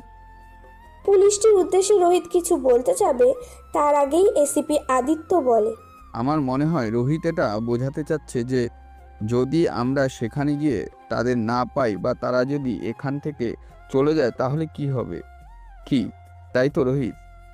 রোহিত আদিত্যের কথায় তার মাথাটা ওপর নিচ দুলিয়ে আদিত্যের উদ্দেশ্যে বলে, জি স্যার, আপনি ঠিকই বলেছেন। চিন্তা করো না রোহিত, আমি আছি। যদি সেখানে গিয়ে তাদের নাও পাই, তাদের সঙ্গে কিছু না কিছু তো একটা ধারণা বা কিছু না কিছু একটা তো আমরা নিশ্চয়ই পাবো, যেটার সাহায্যে আমরা তাদের কাছে পৌঁছাতে পারবো। তবে আমরা তাদেরকে ধরেই ছাড়বো, বুঝলে? হ্যাঁ স্যার। চলুন সবাই, আমাদের এবার বেরোতে হবে। সবাই এখানে ছদ্মবেশী হিসেবে এসেছে, যাতে তাদের পরিচয় কেউই না জানতে পারে। বলা তো যায় না, চারিদিকে শত্রুর অভাব নেই। কেউ যদি জেনে ফেলে আর ভয় পেয়ে যদি সত্যিটা না বলে, সে ভেবেই সবাই ফর্মাল ড্রেসে এসেছে। ঠিকানার মতো সেখানে যেতেই দেখে 2 জন বয়স্ক বৃদ্ধা একটি জায়গায় মাথা নিচু করে বসে আছে। এসিপি আদিত্য এবং বাকি পুলিশরা সামনে এগিয়ে যেতে বৃদ্ধা 2 জন তাদের দিকে চোখ মেলে তাকায় এবং তাদের উদ্দেশ্যে জিজ্ঞেস করে, কি হয়েছে বাবা? তোমাদের এখানে কি চাই? কেন এসেছো এখানে? আদিত্য নিজেকে ধাতস্থ করে এবং নিজেকে স্বাভাবিক রাখার চেষ্টা করে বৃদ্ধার উদ্দেশ্যে বলে। চাচা, কিছু কথা বলতে চাই আপনাদের সাথে, যদি কিছু মনে না করেন তাহলে। আদিত্যের কথা শুনে বৃদ্ধ লোকটি তার পাশে থাকা বৃদ্ধ মহিলাটার দিকে তাকায় এবং চোখে চোখে তারা দুজনেই এর দিকে তাকিয়ে কিছুটা একটা ইশারা করে। এরপর আদিত্যের উদ্দেশ্যে বলে, কি জিজ্ঞেস করতে চাও বাবা? যেটা জিজ্ঞেস করতে চাও তাড়াতাড়ি করো, আর এখানে থাকলে চলবে না। বৃদ্ধ দম্পতির কথা শুনে আদিত্যের কেমন যেন একটু খটকা লাগে, তাই সে বৃদ্ধ লোকটির উদ্দেশ্যে বলে, দেখুন, আপনারা ভয় পাবেন না, আপনাদের ভয় পাওয়ার কোনো দরকার নেই। আমি শুধু আপনাদের কিছু প্রশ্ন জিজ্ঞেস করব। প্লিজ আপনারা তার সঠিক উত্তর দেবেন, শুধু সত্যিটা বলবেন। এখন যদি আপনারা সত্যিটা না বলেন তাহলে অনেকের সাথে অনেক খারাপ কিছু হয়ে যেতে পারে। তাই যা জিজ্ঞেস করব দয়া করে প্লিজ সত্যিটা বলবেন। আদিত্যের কথায় বৃদ্ধ লোকটি আবারও তার স্ত্রীর দিকে তাকায়। বৃদ্ধ মহিলাটি বৃদ্ধকে কিছু একটা ইশারা করে, তাই বৃদ্ধ আদিত্যের উদ্দেশ্যে বলে, দেখো বাবা, আমরা বুঝতে পারছি না তোমরা আমাদের কি নিয়ে জিজ্ঞাসা করতে চাও, কিন্তু বিশ্বাস করো এই নিয়ে আমরা কোনো কথা বলতে চাই না। তাই দয়া করে আমাদের কিছু জিজ্ঞাসা করো না, আমাদের একটু শান্তিতে থাকতে দাও। বৃদ্ধ লোকটির উদ্দেশ্যে এবার রোহিত বলে ওঠে, দেখুন চাচা, আপনি আগে আমাদের কথা শুনুন, আর আপনি আমাদের নিয়ে কোনো চিন্তা করবেন না। কেউ আমাদের কোনো ক্ষতি করতে পারবে না। শুধু দয়া করে প্লিজ আমাদের এই প্রশ্নগুলোর উত্তরটা দিয়ে দিন, আমাদের জানা খুবই দরকার। কিন্তু তোমরা কারা? আদিত্য এবার বৃদ্ধ লোকটির কাছে বসে তাদের উদ্দেশ্যে বলে, চাচা, আপনি আমাদের উপর ভরসা রাখুন। আমরা কে কোথা থেকে এসেছি এটা আমি আপনাদের পরে বলবো, কিন্তু আপনি শুধু আমাদের প্রশ্নগুলোর উত্তরটা দিয়ে দিন। আমরা সত্যি এখান থেকে চলে যাব, আর কখনোই আপনাকে জ্বালাতে আসবো না। বৃদ্ধ কিছুক্ষণ ভেবে আদিত্যের উদ্দেশ্যে বলে, ঠিক আছে, আমি বলবো। আদিত্য স্বস্তির শ্বাস ছেড়ে বাকি পুলিশরাও যেন একটু স্বস্তি পেল। আদিত্য এবার নিজেকে স্বাভাবিক করে বৃদ্ধের উদ্দেশ্যে জিজ্ঞেস করে, আমি বলছিলাম যে এসিপি আদিত্যকে হাতের ইশারায় থামিয়ে দেয়। বৃদ্ধ লোকটি বলে ওঠে, এখানে না বাবা, দেওয়ালেরও কান আছে। যদি একটুও তাদের কানে কিছু যায় তাহলে সে আমাদের মেরে ফেলবে। কথাটি বলে বৃদ্ধ তার স্ত্রীকে নিয়ে ঘরে চলে যায়। আদিত্য এবং বাকি পুলিশরাও পেছন পেছন যায়। সবাই ঘরে ঢুকতেই বৃদ্ধ তার ঘরের দরজাটা লাগিয়ে আদিত্যের উদ্দেশ্যে বলা শুরু করে, কিছু সময় আগে আমার নাতনি কলেজে যাচ্ছিল বলে বাড়ি থেকে বেরিয়ে যায়, তবে বাড়ি আর ফিরে না। প্রায় একদিন হয়ে যায়, তবুও বাড়িতে ফিরে না। তাই আমার ছেলের বউ আমার নাতনিনের নামে থানায় হারিয়ে যাওয়ার অভিযোগ লিখতে গিয়েছিল। তবে তারা অভিযোগ লিখে বাড়ি ফেরার পথে আর সুস্থভাবে বাড়ি ফিরতে পারিনি। বাড়িতে তারা ফিরেছে ঠিকই, কিন্তু সেটা লাশ হয়ে। আমরা তো সবাই এটা শুধু অ্যাক্সিডেন্ট হিসেবেই ভেবেছিলাম, কিন্তু যখন তাদের উঠিয়ে নিয়ে যাওয়া হয় তখনই আমি দেখতে পাই আমার ছেলের হাতে একটি সাদা কাগজ রাখা। আমি তার হাত থেকে কাগজটা ছুঁড়ে আনুই এবং সেটি খুলে দেখি সেখানে লেখা আছে আমরা যেন কালকে গিয়ে থানা থেকে সেই রিপোর্টটা উঠিয়ে নিয়ে আই, নয়তো আজকে আমার ছেলের বউয়ের সাথে যা হয়েছে সেটা কালকে আমার বা আমার স্ত্রীর সাথেও হবে। আর সবচাইতে ভয়ঙ্কর যে ব্যাপারটা ছিল, কাগজের ভেতরে আমার নাতনির একটি আঙ্গুল পাওয়া গিয়েছিল। আমার নাতনি আমার কাছে বেশ আদরের ছিল, আমি তার এই দুর্দশা দেখতে পারিনি। কথাটি বলেই বৃদ্ধ কান্নায় ভেঙে পড়ে। আদিত্য বৃদ্ধকে সান্ত্বনা দেওয়ার জন্য বৃদ্ধর উদ্দেশ্যে বলে, চাচা, দুঃখ পাবেন না। যে আপনার নাতনি আপনার ছেলের আর ছেলের বউয়ের সাথে এই কাজগুলো করেছে, আমরা তাদের ছাড়ব না। তারা নিশ্চয়ই এর সঠিক বিচার পাবে। আমরা সকল ব্যবস্থা করব। আদিত্যের কথায় বৃদ্ধ তার চোখ মুছে অশ্রুসিক্ত চোখে মান্নানের দিকে তাকায়। বৃদ্ধ মহিলাটি এবার আদিত্যের উদ্দেশ্যে বলে ওঠে, আমরা তো আজ আছি, কাল নেই। আমরা মরে গেলে আমাদের তেমন আফসোসও নেই, কিন্তু আমাদের চিন্তা শুধু আমাদের এই এলাকার মানুষজনদের নিয়েই হয়। সে সে আমাদের এটাও হুমকি দিয়েছে, যদি আমরা তার কথা না শুনি তাহলে সেই এলাকার সকল মেয়েদের মেরে ফেলবে, যেভাবে যেভাবে আমার নাতনিকে মেরেছিল।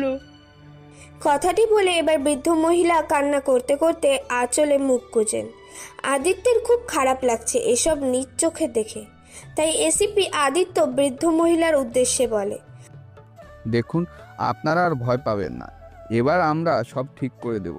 আপনি আমাদের উপর বিশ্বাস রাখুন, এই এলাকায় আর কারো কোনো রকম ক্ষতি হবে না। আদিত্যের কথায় উৎসাহ পেয়ে বৃদ্ধ মহিলাটি বলে ওঠে, তুমি তুমি সত্যি বলছো বাবা? আদিত্য বৃদ্ধ মহিলার কথায় স্মিত হেসে তাদের দিকে তাকায়। হ্যাঁ, সত্যি বলছি, বিশ্বাস রাখুন আমাদের উপর। আয়াস বাড়িতে ফিরছিল এমন সময় সে দেখতে পায় অনামিকা একটি বড় কালো গাড়ি থেকে নামছে এবং নামার পরে ভেতরে থাকা মানুষটিকে হাসি মুখে বিদায় জানাচ্ছে। দৃশ্যটি দেখে আয়াসের বেশ খটকা লাগে, তাই সে অনামিকার সামনে এগিয়ে যায় এবং অনামিকার উদ্দেশ্যে বলে, কিরে অনামিকা, তুই এখানে কি করছিস? আর তুই এই অসময়ে বাড়ি ফিরলি যে? গাড়িটাই বা কার? কে ছিল ভেতরে? আয়াসের কথা শুনে অনামিকা ভয় পেয়ে যায় এবং ইতিহুতি করে আমতা আমতা করে আয়াসের উদ্দেশ্যে বলে ওঠে, আসলে আজকে কলেজে তাড়াতাড়ি ছুটি দিয়ে দিয়েছে। আর গাড়িতে কে ছিল, আমি কার সাথে এসেছি, এসব প্রশ্ন তুমি আমাকে কেন করছো? আমি কেন তোমার প্রশ্নের উত্তর দিতে যাব? আমার বিষয়ে নাক গলানোর অধিকার কে দিয়েছে তোমায়? দেখ অনামিকা, তুই কথা ঘোরানোর চেষ্টা করবি না। আমি কিন্তু দেখেছি তুই এই গাড়ি থেকে নেমেছিস আর ওই গাড়ির ভেতরে কেউ একটা ছিল। সত্যি করে বল, এই গাড়ির ভেতরে কে ছিল, নয়তো আমি চাচিকে বলে দেব। অনামিকা ধরা খাওয়ায় চোরের মতো আয়াসের উদ্দেশ্যে বলে, কি বলবে তুমি আম্মুকে? তুমি আমাকে ফাঁসাতে চাইছো তাই না? আমি এক্ষুনি গিয়ে বড় চাচাকে সব বলে দিচ্ছি যে তুমি কতটা খারাপ। তুমি মিথ্যে বলে আমাকে ব্ল্যাকমেল করার চেষ্টা করছো। আয়াস অনামিকার কথা বেশ অবাক হয়ে যায়। সে কখনো স্বপ্নেও ভাবেনি অনামিকা কথাটা এমনভাবে ঘুরাবে। অনামিকা আবারও আয়াসের উদ্দেশ্যে বলে, কিছু বলছো না যে? তুমি যদি আমার বিরুদ্ধে আম্মুর কাছে কিছু বলো তাহলে আমিও বড় চাচার কাছে বলে দেব, বুঝতে পেরেছো? তুমি আমার পেছনে আর লাগতে আসবে না, সাবধান করে দিচ্ছি লাস্টবারের মতো। কথাটি বলেই অনামিকা সেখান থেকে চলে যায়। আয়াস শুধু অনামিকার দিকে ছলছল চোখে তাকায় এবং মনে মনে ভাবে, এতদিন আমি ভাবতাম যে হয়তো তোকে ভুল রাস্তায় নেওয়া হচ্ছে, কিন্তু আজ আমি দেখলাম তোকে নয়, বরং তুই নিজেই রাস্তাকে ভুলভাবে নিচ্ছিস। সবাই খাবার টেবিলে বসে আছে, চারিদিকে নীরবতা বিরাজমান। ঠিক তখনই নীরবতা ভেঙে আয়াসের বাবা অনামিকার বাবার উদ্দেশ্যে বলে ওঠেন, জানিস, কালকে আমি যখন বাজারে গিয়েছিলাম ঠিক তখনই আমাদের সেই পুরনো বন্ধু রাশেদের সাথে দেখা হয়েছিল। রাশেদের নাম শুনে অনামিকার বাবা বেশ খুশি হন। মুহূর্তেই তার মনে পড়ে যায় বন্ধুত্বের হাজারো স্মৃতি। তাই উৎসুক হয়ে জিজ্ঞেস করে, কি বলছো, সত্যি রাশেদ নাকি? কবে, কিভাবে দেখা হলো, আর কি বা বললো? বাড়ি নিয়ে এলে না কেন যে? তোর কি মনে হয় আমি ওকে বাড়িতে আসতে বলিনি? কতবার করে বললাম আমায়, কিন্তু ও আমার কথা শুনলই না। আচ্ছা বুঝলাম, তা ওর খবর কি, আর কি বা বললো? আয়েশের বাবা এবার খাওয়া থামিয়ে অনামিকার বাবার দিকে তাকিয়ে বলে উঠল, কি বলতো, রশিদের একটা মেয়ে আছে না, ওই যে আমরা অনেক ছোটবেলায় যে পুস্কিটাকে দেখেছিলাম। অনামিকার বাবা বেশ উৎসাহ নিয়ে আয়েশের বাবার উদ্দেশ্যে বলে, হ্যাঁ, কি হয়েছে ওর? নিশ্চয় অনেক বড় হয়ে গেছে তাই না? কতদিন দেখি না, সেই ছোটবেলা দেখেছিলাম। আয়াসের বাবা হাসি মুখে অনামিকার বাবার উদ্দেশ্যে বলেন, হ্যাঁ, বড় তো অবশ্যই হয়েছে। যদি বড় নাই হতো তাহলে কি আর এত তাড়াতাড়ি বিয়ে হওয়ার খবর পেতাম নাকি? কি বলছো, সত্যি ওই মেয়ের বিয়ে হয়েছে নাকি? হ্যাঁ রে ভাই, সত্যি। রাশেদ এর জন্য আমাকেই দাওয়াতটা দিতে এসেছিল। আমাদের পরিবারের সকলকে সেখানে যেতে বলেছে। আর যদি আমরা না যাই তাহলে নাকি ও খুব রাগ করবে, আর কখনোই নাকি কোথায় বলবে না আমাদের সাথে। কি বলছো, এটা তো বেশ ভাববার বিষয় হয়ে গেল। এখন তো আমাদের ব্যবসায়ের অনেক কাজ রয়েছে, সেগুলো ছেড়ে কি করা যায়? অনামিকার বাবার কথায় নাক ছিটকিয়ে আয়াসের মা তাদের উদ্দেশ্যে বলে, তোদের জ্বালায় আর পারি না। সামনে একটি অনুষ্ঠানের দাওয়াত এসেছে, সেটা নিয়েও কত বাহানা। সেই যে কবে ঘুরতে গিয়েছিলাম সেটাও মনে নেই, কতদিন হলো কোথাও যাই না। আর সামনে একটি দাওয়াত পেয়েও তোমরা এমন নাকচ করছো। তোমাদের জ্বালায় কি করব বলো? আয়াসের মায়ের কথায় তাল মিলিয়ে অনামিকার মা তাদের উদ্দেশ্যে বলে, হ্যাঁ, একটা দিনেরই তো ব্যাপার। একদিন আমরা একটু ঘুরতে গেলে কি বা এত ভরাডুবি হবে তোমাদের? হ্যাঁ বাবা, শুধু একটা দিনেরই তো ব্যাপার। কতদিন হয়ে গেল কোথাও যাই না, প্লিজ আর না করো না। কিন্তু তোমরা বুঝতে পারছো না, একদিনই তো আমাদের কাজ অনেকটা পিছিয়ে যাবে, আর এর জন্য আমাদের অনেক বড় লস হবে। দোকানের খুব বেচা কেনা চলছে, এদিকে কর্মচারী ছেলেটাও অসুস্থ। কি যে করি। কি বাবা, আমাদের জন্য একদিনের সময় বের করে নিতে পারবে না? নীলিমার কথায় মিস্টার আলিম কিছু না বলে চুপচাপ কিছু একটা ভাবতে শুরু করে। আলিমকে চুপ থাকতে দেখে আয়াসের বাবা আনিস রহমান বলে ওঠেন, হয়েছে, সবাই চুপ করো, আর কেউ কোনো কথা বলবে না। আমরা সেই বিয়েতে যাব, এটাই ফাইনাল কথা। প্রথমে তো সবাই বেশ ভয় পেয়ে গিয়েছিল এই ভেবে যে সে হয়তো আনিস রহমান তাদের না করবে, কিন্তু পরে যখন তিনি বললেন যে তারা যাচ্ছে, তখন সেটা শুনে সবাই খুশি হয়ে যায়। এত কিছুর ভেতরে আয়াস শুধু নীরব দর্শকের মতো খাবার খাচ্ছিল, না সে কিছু বলছে আর নাই বা কারো দিকে একবারও তাকিয়েছে। অনামিকার বাবা আয়াসের পানে একবার নজর বুলিয়ে আনিস রহমানের উদ্দেশ্যে বলে, কিন্তু ভাই, যাওয়াটা কি ঠিক হবে? আনিস রহমান স্মিথ হেসে অনামিকার বাবার উদ্দেশ্যে বলে, সমস্যা নেই, আমি ম্যানেজ করে নেব, তুই কোনো চিন্তা করিস না। আয়াসের বাবার থেকে সায় পেয়ে এবার অনামিকার বাবাও সায় জানায়, তাই সকলেই বেশ খুশি হয়। অনামিকার বাবা এবার আয়াসের দিকে তাকিয়ে বলে, দেখ আয়াস, আমি বলছিলাম যে তুমি তো কিছুই বললে না, তাহলে তুমি কি সেখানে যাবে না নাকি? অনামিকার বাবার কথায় আয়াস তার খাওয়া বন্ধ করে তাচ্ছিল্য ভরা স্বরে শুধায়, চাচা আমাকে বলছেন? অনামিকার বাবা বিরক্তি নিয়ে আয়াসের উদ্দেশ্যে বলে, হ্যাঁ, তোমাকে বলছি, তুমি কি যাবে? আয়াস কিছু বলবে তার আগেই তার মা বলে ওঠে, না না, ওর যাওয়ার কোনো দরকার নেই। ও গিয়ে শুধু শুধু কি করবে? ও গেলে আরও আমাদের মান সম্মান হারাতে হবে। ও বাড়িতেই থাকুক। আয়াসের মায়ের সাথে তাল মিলিয়ে আয়াসের বাবাও বলে ওঠেন, ঠিকই বলেছ তুমি নায়লা, ওকে নিয়ে গেলে আমাদেরই বিপদে পড়তে হবে। সবাই এটা ওটা জিজ্ঞেস করবে, তখন তো আরও বড় মুখ করে বলতে পারবো না যে আমাদের ছেলে বেকার টোটো কোম্পানির ম্যানেজার। তার চাইতে ওর যাওয়ার কোনো দরকার নেই, কেউ দেখবেও না, প্রশ্নও করবে না। আয়াস কিছু বলছে না, শুধু ভাতের প্লেটের দিকে তাকিয়ে আছে, যেন এটা সে শুনছেই না। আর এসব কথা নতুন কিছু নয়, সে এসব শুনে অভ্যস্ত। তবে এসব শুনে নীলিমার ভীষণ খারাপ লাগছে আয়াসের জন্য। তবে সেটা কেন তা সে নিজেও জানে না, হয়তো কোনো অনুভূতি। তবে বড়দের সামনে সে আর কিছু বলছে না। এর মধ্যে হঠাৎ অনামিকার মা সবার উদ্দেশ্যে বলে ওঠে, তোমরা সবাই মিলে কি শুরু করলে? ছেলেটা একটু সারাদিন পরে এসে খেতে বসেছে, তাও তোমরা ওকে শান্তি মতো খেতে দিচ্ছ না। ও কাজ করে না তো কি হয়েছে? তাই বলে কি ওকে তোমরা পরিবার থেকে বাদ দিয়ে দেবে নাকি? অদ্ভুত ব্যাপার। কথাটি বলে প্রথমে অনামিকার মা একটু থামে, তারপর আবার আয়াসের মায়ের উদ্দেশ্যে বলে ওঠে, কি হয়েছে ভাবি? আপনারা কেন এমন করছেন ওর সাথে? ও নিশ্চয়ই বড় কিছু একটা করতে চাচ্ছে, সেটা ওকে আমরা করতে দিই। তা না করে আমরা প্রতিনিয়ত ওকে কেন এত চাপ দিচ্ছি? অনামিকার মা আরও কিছু বলবে তার আগেই আয়াসের মা বলে ওঠে, না ভাবি, তুমি আর কিছু বলো না। ওর হয়ে তোমার আর কোনো সাফাই গাইবার দরকার নেই। ও আর কি বা করছে? না পড়ালেখা করেছে, না কোনো কাজ করছে, শুধু আমাদের ঘাড়ে বসে বসে খাচ্ছে।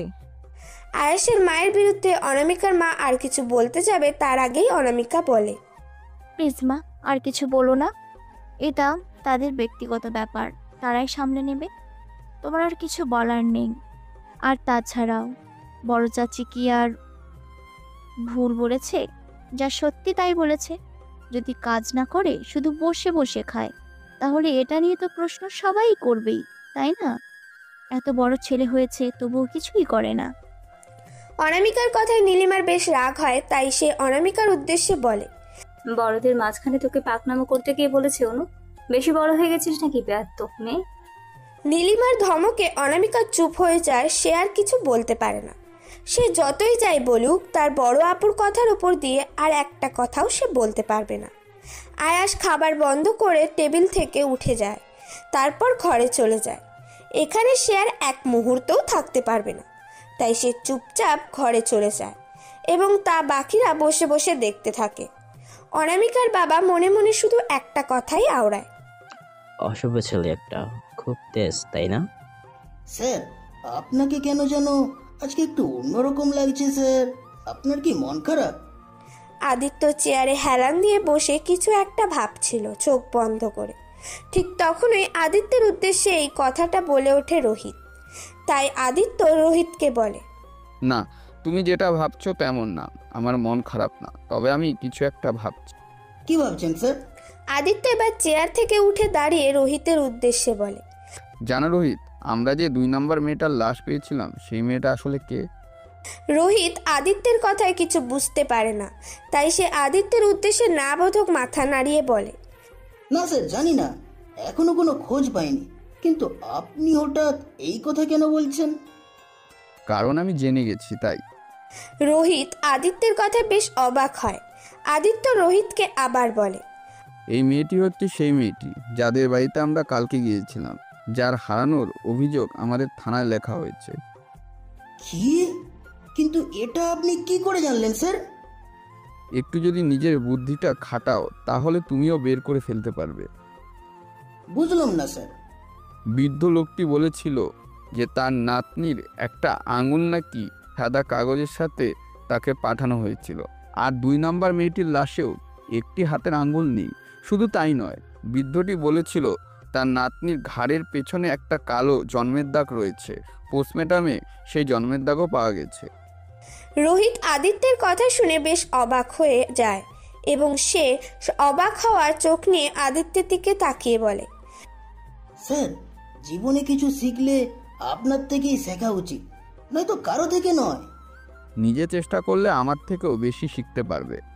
কথাটা বলেই আদিত্য নিজের ফাইল নিয়ে বসে পড়ে আর রোহিতকে এদিকে বাঁকা তাকিয়ে থাকতে দেখে। আমাকে প্লিজ ছেড়ে দাও, আমার ভুল হয়ে গেছে। আমি আর কখনো তোমার সামনে আসবো না। তোমার থেকে আমি অনেক দূরে চলে যাব, তবু আমাকে মেরো না, ছেড়ে দাও প্লিজ। একজন মেয়ে এটি ভয়ানক অন্ধকার কক্ষে বেশ জোরে জোরে চিৎকার করে কথাগুলো বলে যাচ্ছে, কারণ সেই ঘরের ভেতর তার জম দাঁড়িয়ে আছে। মেয়েটি বেশ আকুতি মিনতি করে তার সামনে দাঁড়িয়ে থাকে সেই জমতুল্য মানুষের উদ্দেশ্যে। কিন্তু শয়তান কারো কথা শুনে মেয়েটি আর কিছু বলতে যাবে তার আগেই তার সামনে দাঁড়িয়ে থাকা সেই আগন্তুক বলে ওঠে, চুপ, একদম চুপ। আর একটা কথা বললে তোর জিভ আমি টেনে ছিঁড়ে ওটাই আবার তোকে খাওয়াবো, তাই আর একটা কথা বলবি না। আগন্তুকের কথা শুনে মেয়েটি বেশ ভয় পেয়ে যায় এবং ভয়ের চোটে মেয়েটি সারা শরীর কাঁপতে থাকে। সে ঠিকমতো কথা বলতে পারছে না। লোকটি আবার মেয়েটির উদ্দেশ্যে বলে, চিন্তা করিস না, বেশি কষ্ট তোকে দিব না তোকে, কারণ তুই আমার অনেকটা পছন্দের ছিলি, তাই তোকে শুধু গরম পানির মধ্যে মিশিয়ে চামড়াগুলো খুলে নেব, ব্যাস, আর কিছুই নয়। মেয়েটি কথা শুনে খুব ভয় পেল। সে ভীত চোখে কান্না করে আগন্তুকের উদ্দেশ্যে বলে, না প্লিজ আমাকে ছেড়ে দাও, প্লিজ আমাকে কিছু করো না। আমি সত্যি অনেক দূরে চলে যাব, কখনো তোমার সামনে আসবো না, তবু আমাকে মেরো না। মেয়েটির করা কাকুতি মিনতি শুনে লোকটি বেশ বাজেভাবে হেসে মেয়েটির উদ্দেশ্যে বলে, ছেড়ে দেবো আর তোকে? তুই জানিস তুই কতটা সুন্দর, আর আমি যখন সেই সৌন্দর্যে উঠিয়ে নেব তখন তোকে আরও কত বেশি সুন্দর লাগবে, তুই যেটা জানিস। চুপ করো, তুমি একটা পাগল, বুঝলে? তোমার মস্তিষ্কে ঠিক নেই, তুমি একটা পাগল পাগল পাগল। মেয়েটির কথা শুনে আগন্তুক রেগে গিয়ে মেয়েটির চুলের মুঠি ধরে তার উদ্দেশ্যে বলে, তুই আমাকে পাগল বলিস কোন সাহসে? আমি পাগল নই। যদি আমি পাগল হতাম তাহলে কি তোকে এখনও বাঁচিয়ে রাখতাম নাকি? কবে তোর শরীর থেকে তোর গলাটা আলাদা করে ফেলতাম আমি। মেয়েটি আরও বেশ ভয় পেয়ে যায় এবং আবার কান্না করে দেয়। এবার আগন্তুকের কাছে মেয়েটির কান্না বেশ বিরক্ত লাগে, তাই সে নিজের হাতে থাকা একটি ছোট ধারালো চাকু মেয়েটির চোখে গেঁথে দেয়, আর মেয়েটি মরণ যন্ত্রণায় গগন বিদারী চিৎকার করে ওঠে। যে চিৎকারটি শুনে সেই আগন্তুক পাগলের মতো হাসতে থাকে আর বলে, এটা তো কিছুই নয়, তারপর কি হয় সেটা তুই দেখবি। আমাকে ভালোবেসেছিলি তুই, তাই না? লোভে পড়ে ভালোবেসেছিলি তুই, তাই তোর লোভ থেকে আজ তোর এই অবস্থা। এবার দেখ কেমন লাগে। কথাটি বলে আগন্তুক আবারও জোরে জোরে হেসে ওঠে এবং পাশে যন্ত্রণায় কান্না করতে থাকে মেয়েটা চিল্লিয়ে চিল্লিয়ে বলে ওঠে, শয়তান জানোয়ার, তোকেও মারার জন্য একজন কেউ আসবে, দেখিস। সেদিন তুই আমার এই যন্ত্রণা উপলব্ধি করতে পারবি। আমাকে মারবে কে? কার এত সাহস যে আমাকে মারবে? আমাকে ধরার ক্ষমতাও কারো ভেতর নেই, আর মারা তো দূরে থাক। কথাটি বলেই আগন্তুক মেয়েটিকে ধাক্কা দিয়ে পাশে ফুটতে থাকা গরম পানির বড় কড়াইয়ে ফেলে দেয়, আর মেয়েটির যন্ত্রণায় চিৎকার করতে থাকে, যা কেউ শোনে না। চারিদিক নিস্তব্ধতায় ছেয়ে আছে। কি থেকে কি হয়ে গেল এটা কেউ বুঝতে পারছে না। অনামিকা রাগী চোখে তাকিয়ে আছে এবং আয়াস তার সামনে গালে হাত দিয়ে করুণ চোখে তাকিয়ে আছে। অনামিকা আয়াসের উদ্দেশ্যে বলে, তোমার মতো ফালতু বেকার একটা ছেলে কি করে আমার মতো একটা মেয়েকে প্রপোজ করতে পারে? আমার তো ভাবতেই আগে শরীর রিরি করে উঠছে। ছি। আমি বেকার তাই জন্য তুই আমাকে এড়িয়ে চলছিস, তাই না? কিন্তু বিশ্বাস কর, আমি একটা কাজ ঠিক জোগাড় করে নেব। তুই শুধু কিছুদিন সময় দে আমায়। কি আর করতে পারবে তা বেশ ভালো করেই জানা আছে আমার। আর তাছাড়া আমি অন্য একজনকে ভালোবাসি। আমার বয়ফ্রেন্ড কি করে জানো? সে অনেক বড় একজন পুলিশ অফিসার। তোমার মতো বাপের হোটেলে খাওয়া বেকার নয়। অনামিকার তাচ্ছিল্য ভরা অপমানে আয়াস অশ্রু ভরে যাওয়া চোখে অনামিকার দিকে তাকিয়ে রয়। তার কাছে মনে হচ্ছে পৃথিবীটাই যেন থমকে গেছে। সে কি সত্যি শুনছে? আয়াস হতবাক হয়ে অনামিকার উদ্দেশ্যে বলে, তো তোর বয়ফ্রেন্ড মানে? হ্যাঁ, আমার বয়ফ্রেন্ড, যার জুতোর যোগ্যটাও তুমি নও। এমনকি তার ধারে পাশে যাওয়ার যোগ্যতাও তোমার একদমই নেই। তুই আমার সাথে মজা করছিস, তাই না?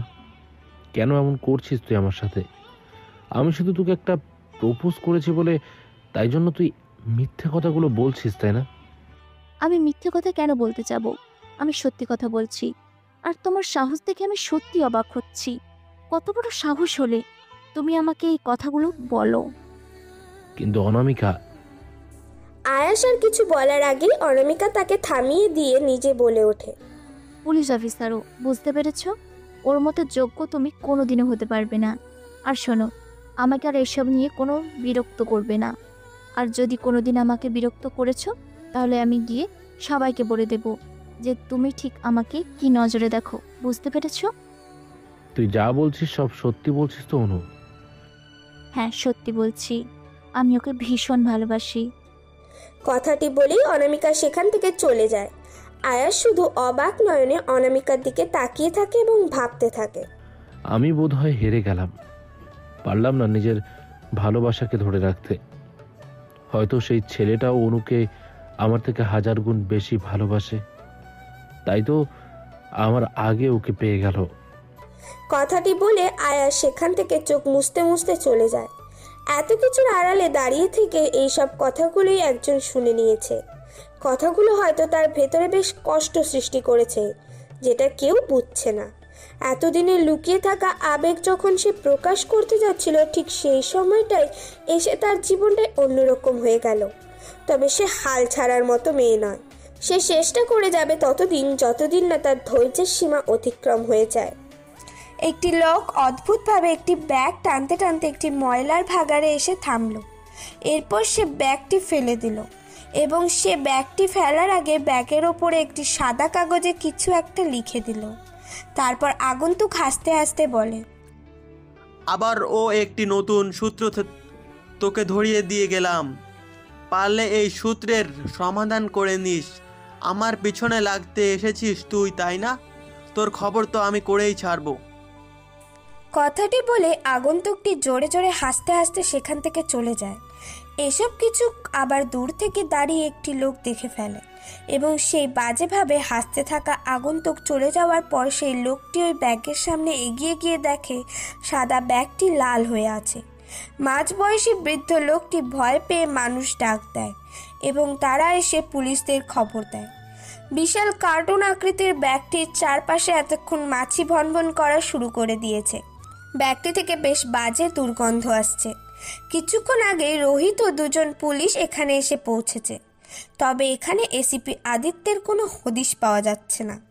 রোহিত নাকে একটি রুমাল চেপে ব্যাগটির সামনে ধীরে ধীরে এগিয়ে যায়। পেছনে দুজন পুলিশও হাতে গ্লাভস পরে সেদিকে এগিয়ে যায়। পেছন থেকে মানুষজন বেশি উকিঝুঁকি দিচ্ছে। রোহিত সামনে এগিয়ে গিয়ে পেছনে থাকা দুজন পুলিশের থেকে একজনকে উদ্দেশ্য করে বলে, মনে হচ্ছে এই ব্যাগটা চেইনের ভিতরে কিছু লাগিয়ে দেওয়া হয়েছে, সেই জন্য এটা এত সহজে খোলা সম্ভব হবে না। আমাদের ধারালো কিছু ব্যবহার করতে হবে। আপনি একটু দেখেন তো এটা খুলতে পারেন কিনা।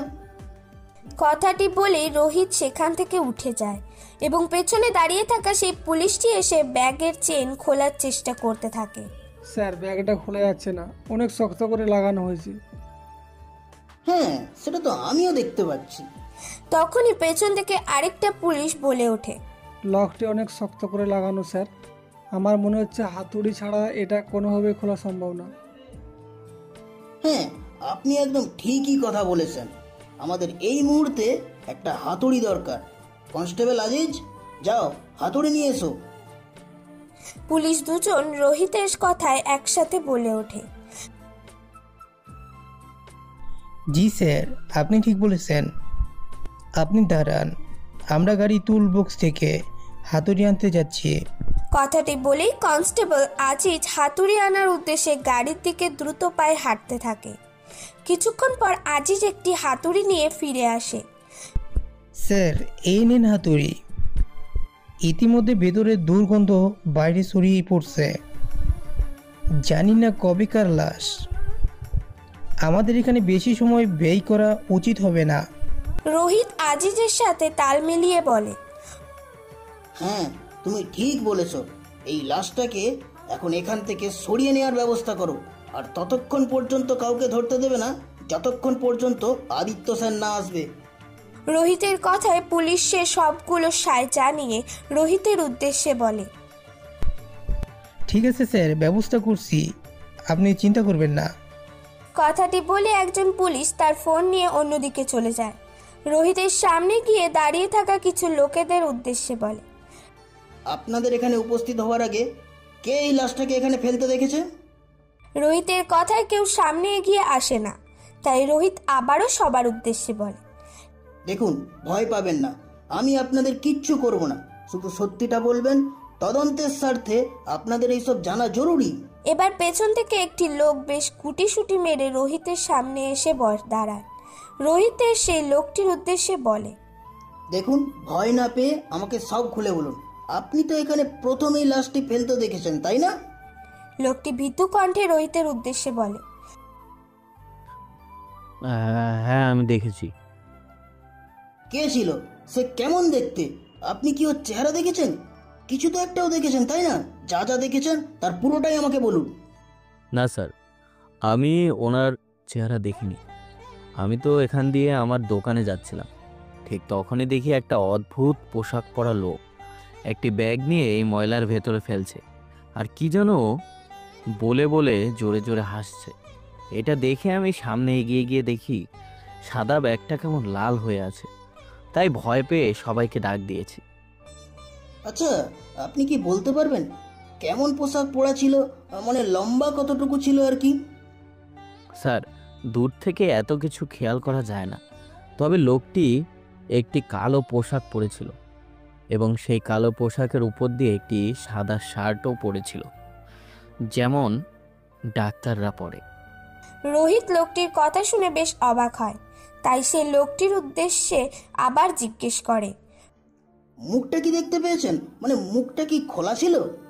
না স্যার, মুখটা বাইকের হেলমেট দিয়ে ঢাকা ছিল, তবে চেহারা আমি দেখতে পাইনি। রোহিত মনে মনে কিছু ভেবে সেই লোকটিকে উদ্দেশ্য করে বলে, আচ্ছা ঠিক আছে, আপনি এখন যেতে পারেন। হ্যাঁ। লোকটি সেখান থেকে চলে যায় এবং আস্তে আস্তে সকল মানুষ সেখান থেকে চলে যেতে আরম্ভ করে। অনামিকার বাবা অনামিকার ঘরে ঢুকতেই দেখে অনামিকা কেমন রাগী রাগী ভাব নিয়ে খাটের উপর বসে আছে।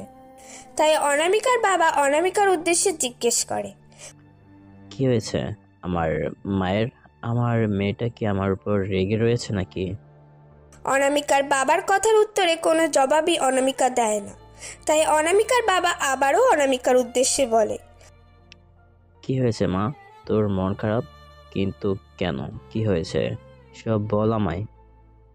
অনামিকা এবার তার বাবার দিকে রাগী দৃষ্টি নিয়ে কাঁদো কাঁদো স্বরে বলে, শোনো, বাবা এ বাড়ির সবাইকে বলবে সাবধান হয়ে চলতে। বামন হয়ে চাঁদে হাত দিতে চাইলে হাত পুড়ে কয়লা হবে। অনামিকার মুখে হঠাৎ এমন কথা শুনে বেশ অবাক আর চিন্তিত হলেন ভদ্রলোক। তাই মেয়েকে উদ্বিগ্ন হয়ে জিজ্ঞেস করলেন, কি হয়েছে অনামিকার? আমাকে ভালো করে খুলে বলো। তোমাকে কেউ কি কিছু বলেছে? কেউ কোনো অসভ্যতামি করেছে? কে সে সাহসওয়ালা ব্যক্তি? না বাবা, কেউ কিছু বলেনি, এমনি বললাম। সত্যি তো নাকি কথা ঘোরানোর জন্য বলছো? অনামিকা মনে মনে কিছু একটা ভাবে এবং সে তার বাবাকে উদ্দেশ্য করে বলে, হ্যাঁ বাবা, সত্যি বলছি আমি, তুমি কোনো চিন্তা করো না। তাছাড়া বামুন যতই চেষ্টা করুক না কেন, কোনোভাবে সে চাঁদের নাগাল পাবে না, কারণ আমাকে ছুতে গেলে যোগ্যতার প্রয়োজন, যা সবার নেই। হ্যাঁ, তা জানি আমি মা। আমার মেয়ের যোগ্য যে হবে তাকে যে 7বার জন্ম নিতে হবে। হ্যাঁ, যাকে তাকে তো আর আমি পাত্তা দেব না। তাই বলছি, বাড়ির সবাইকে ডেকে বলবে, সবাই যেন নিজের যোগ্যতা বুঝে পা ফেলে।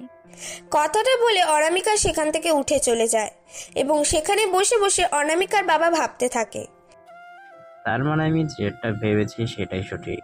ওর সাহস হয় কি করে ও আমার মেয়ের পর নজর দেয়? এতদিন তো আমি ওকে ছেড়ে দিয়েছি, তবে এবার আর ছাড়বো না। আমি ওর ব্যবস্থা করে নেব। শালা নিকম হারাম, শেষ পর্যন্ত আমার মেয়ের দিকে হাত বাড়িয়ে ফেলেছিস। তোর ওই হাত আমি যদি কেটে না নিয়েছি। এসিপি আদিত্য তার চেয়ারে চোখ বন্ধ করে মাথায় হাত দিয়ে বসে আছে। আশেপাশে কিছু পুলিশ নিজের কাজ করছে, কেউ কিছু বলছে না। অবশ্য কারো সাহসও হচ্ছে না কিছু বলার। যারা ভাবছে হয়তো এসিপি আদিত্য রাগ করে আছে আর তার মন খারাপ হয়ে আছে, কারণ তাকে এতটাই চিন্তিত আর বিমর্ষের আগে কখনো দেখা হয়নি। তাই আর কেউ কিছু বলছে না, সবাই যার যার কাজে ব্যস্ত হয়ে আছে। এদিকে কয়েকজন কনস্টেবল বসে বসে ফিসফিস করে নিজেরাই আলাপ করতে শুরু করলো। আপনার কি মনে হয় না আদিত্য স্যারকে গিয়ে আজকের ঘটনাটা বলা উচিত? স্যার নিশ্চয়ই কিছু জানে না, জানলে এভাবে বসে থাকতেন না। আমাদের উচিত আজকের লাশ পাবার ঘটনার বিষয়ে স্যারকে সব বলা। পুলিশটির উদ্দেশ্যে আরেকটি পুলিশ বলে, না দরকার নেই, দেখেই বোঝা যাচ্ছে স্যার বেশ রেগে আছেন। তাই এখন কিছু বললে নিজেরই বকা খাবো। মনে নেই নাকি ওনার মুড নষ্ট করলে কীভাবে পানিশমেন্ট দেয়? রোহিত স্যার নিজেই সব সামলে নেবে, আমরা আমাদের কাজ করি। হ্যাঁ, তুমি ঠিকই বলেছ। বড় বড় অফিসারদের বিষয়ে আমাদের না গলানোই ভালো। তাদের কথার ভিতরে নতুন একজন পুলিশ বলে ওঠে, আমাদের স্যারের রাগের ব্যাপারে জানি না, তবে স্যারকে দেখে বুঝে গেছি উনি যদি কখনো রেগে একটা ঘুষি বসিয়ে দেন তবে এই জন্মের লীলা খেলা এখানে শেষ হবে। নতুন পুলিশের কথা শুনে আগের পুলিশটি বলে ওঠে, কি ভাই, ভয় কেন দেখাচ্ছ? তবে আমার মনে হয় রোহিত স্যার এসে কিছু করতে পারবে। পুলিশটির কথা শেষ হতে না হতেই রোহিত হাতে কিছু কাগজ নিয়ে থানায় প্রবেশ করে। রোহিতকে দেখে পুলিশগুলো চুপ করে যায় এবং নিজেদের কাজে আবার ব্যস্ত হয়ে পড়ে। রোহিত থানায় প্রবেশ করে এসিপি আদিত্যের সামনে গিয়ে বলা শুরু করে, স্যার, আজকে দুপুরের দিকে আরেকটি মেয়ে লাশ পাওয়া গেছে ভাগাড়ে। বেশ খারাপভাবে মেরেছে মেয়েটাকে। ভাগাড়ের পাশ দিয়ে নিজ কাজে যাওয়ার পথে একজন লোক একটি অদ্ভুত পোশাক পরা লোককে দেখতে পায়।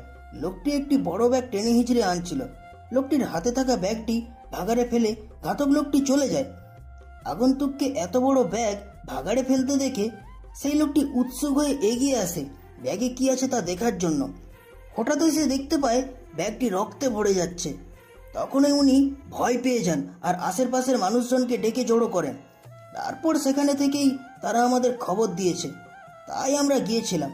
আপনি ছিলেন না বিধায় আমাদের একাই যেতে হয়েছে। স্যার, আমি ওই লোকটার থেকে জেনে নিয়ে একটা স্কেচ বানিয়ে নিয়েছি। কথাটি বলে রোহিত তার হাতে থাকা কাগজটি আদিত্যের দিকে ধরে বলে, এই যে স্যার দেখুন, এমন দেখতে সাইকোটা। কিন্তু আমি একটা জিনিস বুঝতে পারছি না, লোকটা শুধু মেয়েদেরকেই কেন খুন করে, আর সে এটা করে কি পায়? হয়তো এই সাইকো কোনো সুস্থ মস্তিষ্কের মানুষ নয়। হ্যাঁ, রোহিত এবার খেয়াল করে আদিত্য সেই একইভাবে কপালে হাত ঠেকিয়ে বসে আছে। রোহিত যে তার সামনে এতগুলো কথা বলল সেগুলো হয়তো কিছুই শুনতে পায়নি সে। রোহিতের কাছে ব্যাপারটা বেশ খটকা লাগে, তাই সে আদিত্যের উদ্দেশ্যে বলে, স্যার, আপনি কি আমার কথা শুনতে পাচ্ছেন? আদিত্য এবারও কিছু বলছে না বলে রোহিত এবার আদিত্যের কাছে এগিয়ে আদিত্যের হাত ধরে ডাক দিলে আদিত্য নিজের সম্বিত ফিরে পায় এবং রোহিতের দিকে তাকায়। আদিত্যের চোখ জোড়া অস্বাভাবিক লাল হয়ে আছে, দেখে বোঝা যাচ্ছে হয়তো কেঁদেছে সে। আদিত্য কিছু বলার আগেই রোহিত বলে, স্যার, আপনার কি হয়েছে? আপনি কাঁদছেন কেন? রোহিতের কথায় আদিত্য আমতা আমতা করে বলে, না, তেমন কিছু না, একটু চোখটা ব্যথা করছে তো তাই। স্যার, আপনি কি সত্যি বলছেন? হ্যাঁ, তাছাড়া তেমন কিছু নয়, আমি একটু চোখে পানি দিয়ে আসছি। তাড়াহুড়ো করে চলে যায় এবং যাওয়ার আগে বেখেয়ালে নিজের পুলিশ কার্ড পকেট থেকে ফেলে দিয়ে চলে যায়। রোহিত কার্ডটি খেয়াল করে তার হাতে উঠাতেই অবাকের স্বরে বলে ওঠে, এ কি, এটা তো স্যারের কার্ড। আর আমরা যাকে এতদিন আদিত্য বলে জেনে এসেছি তার নাম আয়াস চৌধুরী। উনি এতদিন ছদ্মনামে আমাদের সাথে তার পরিচয় করিয়েছে, কিন্তু কেন?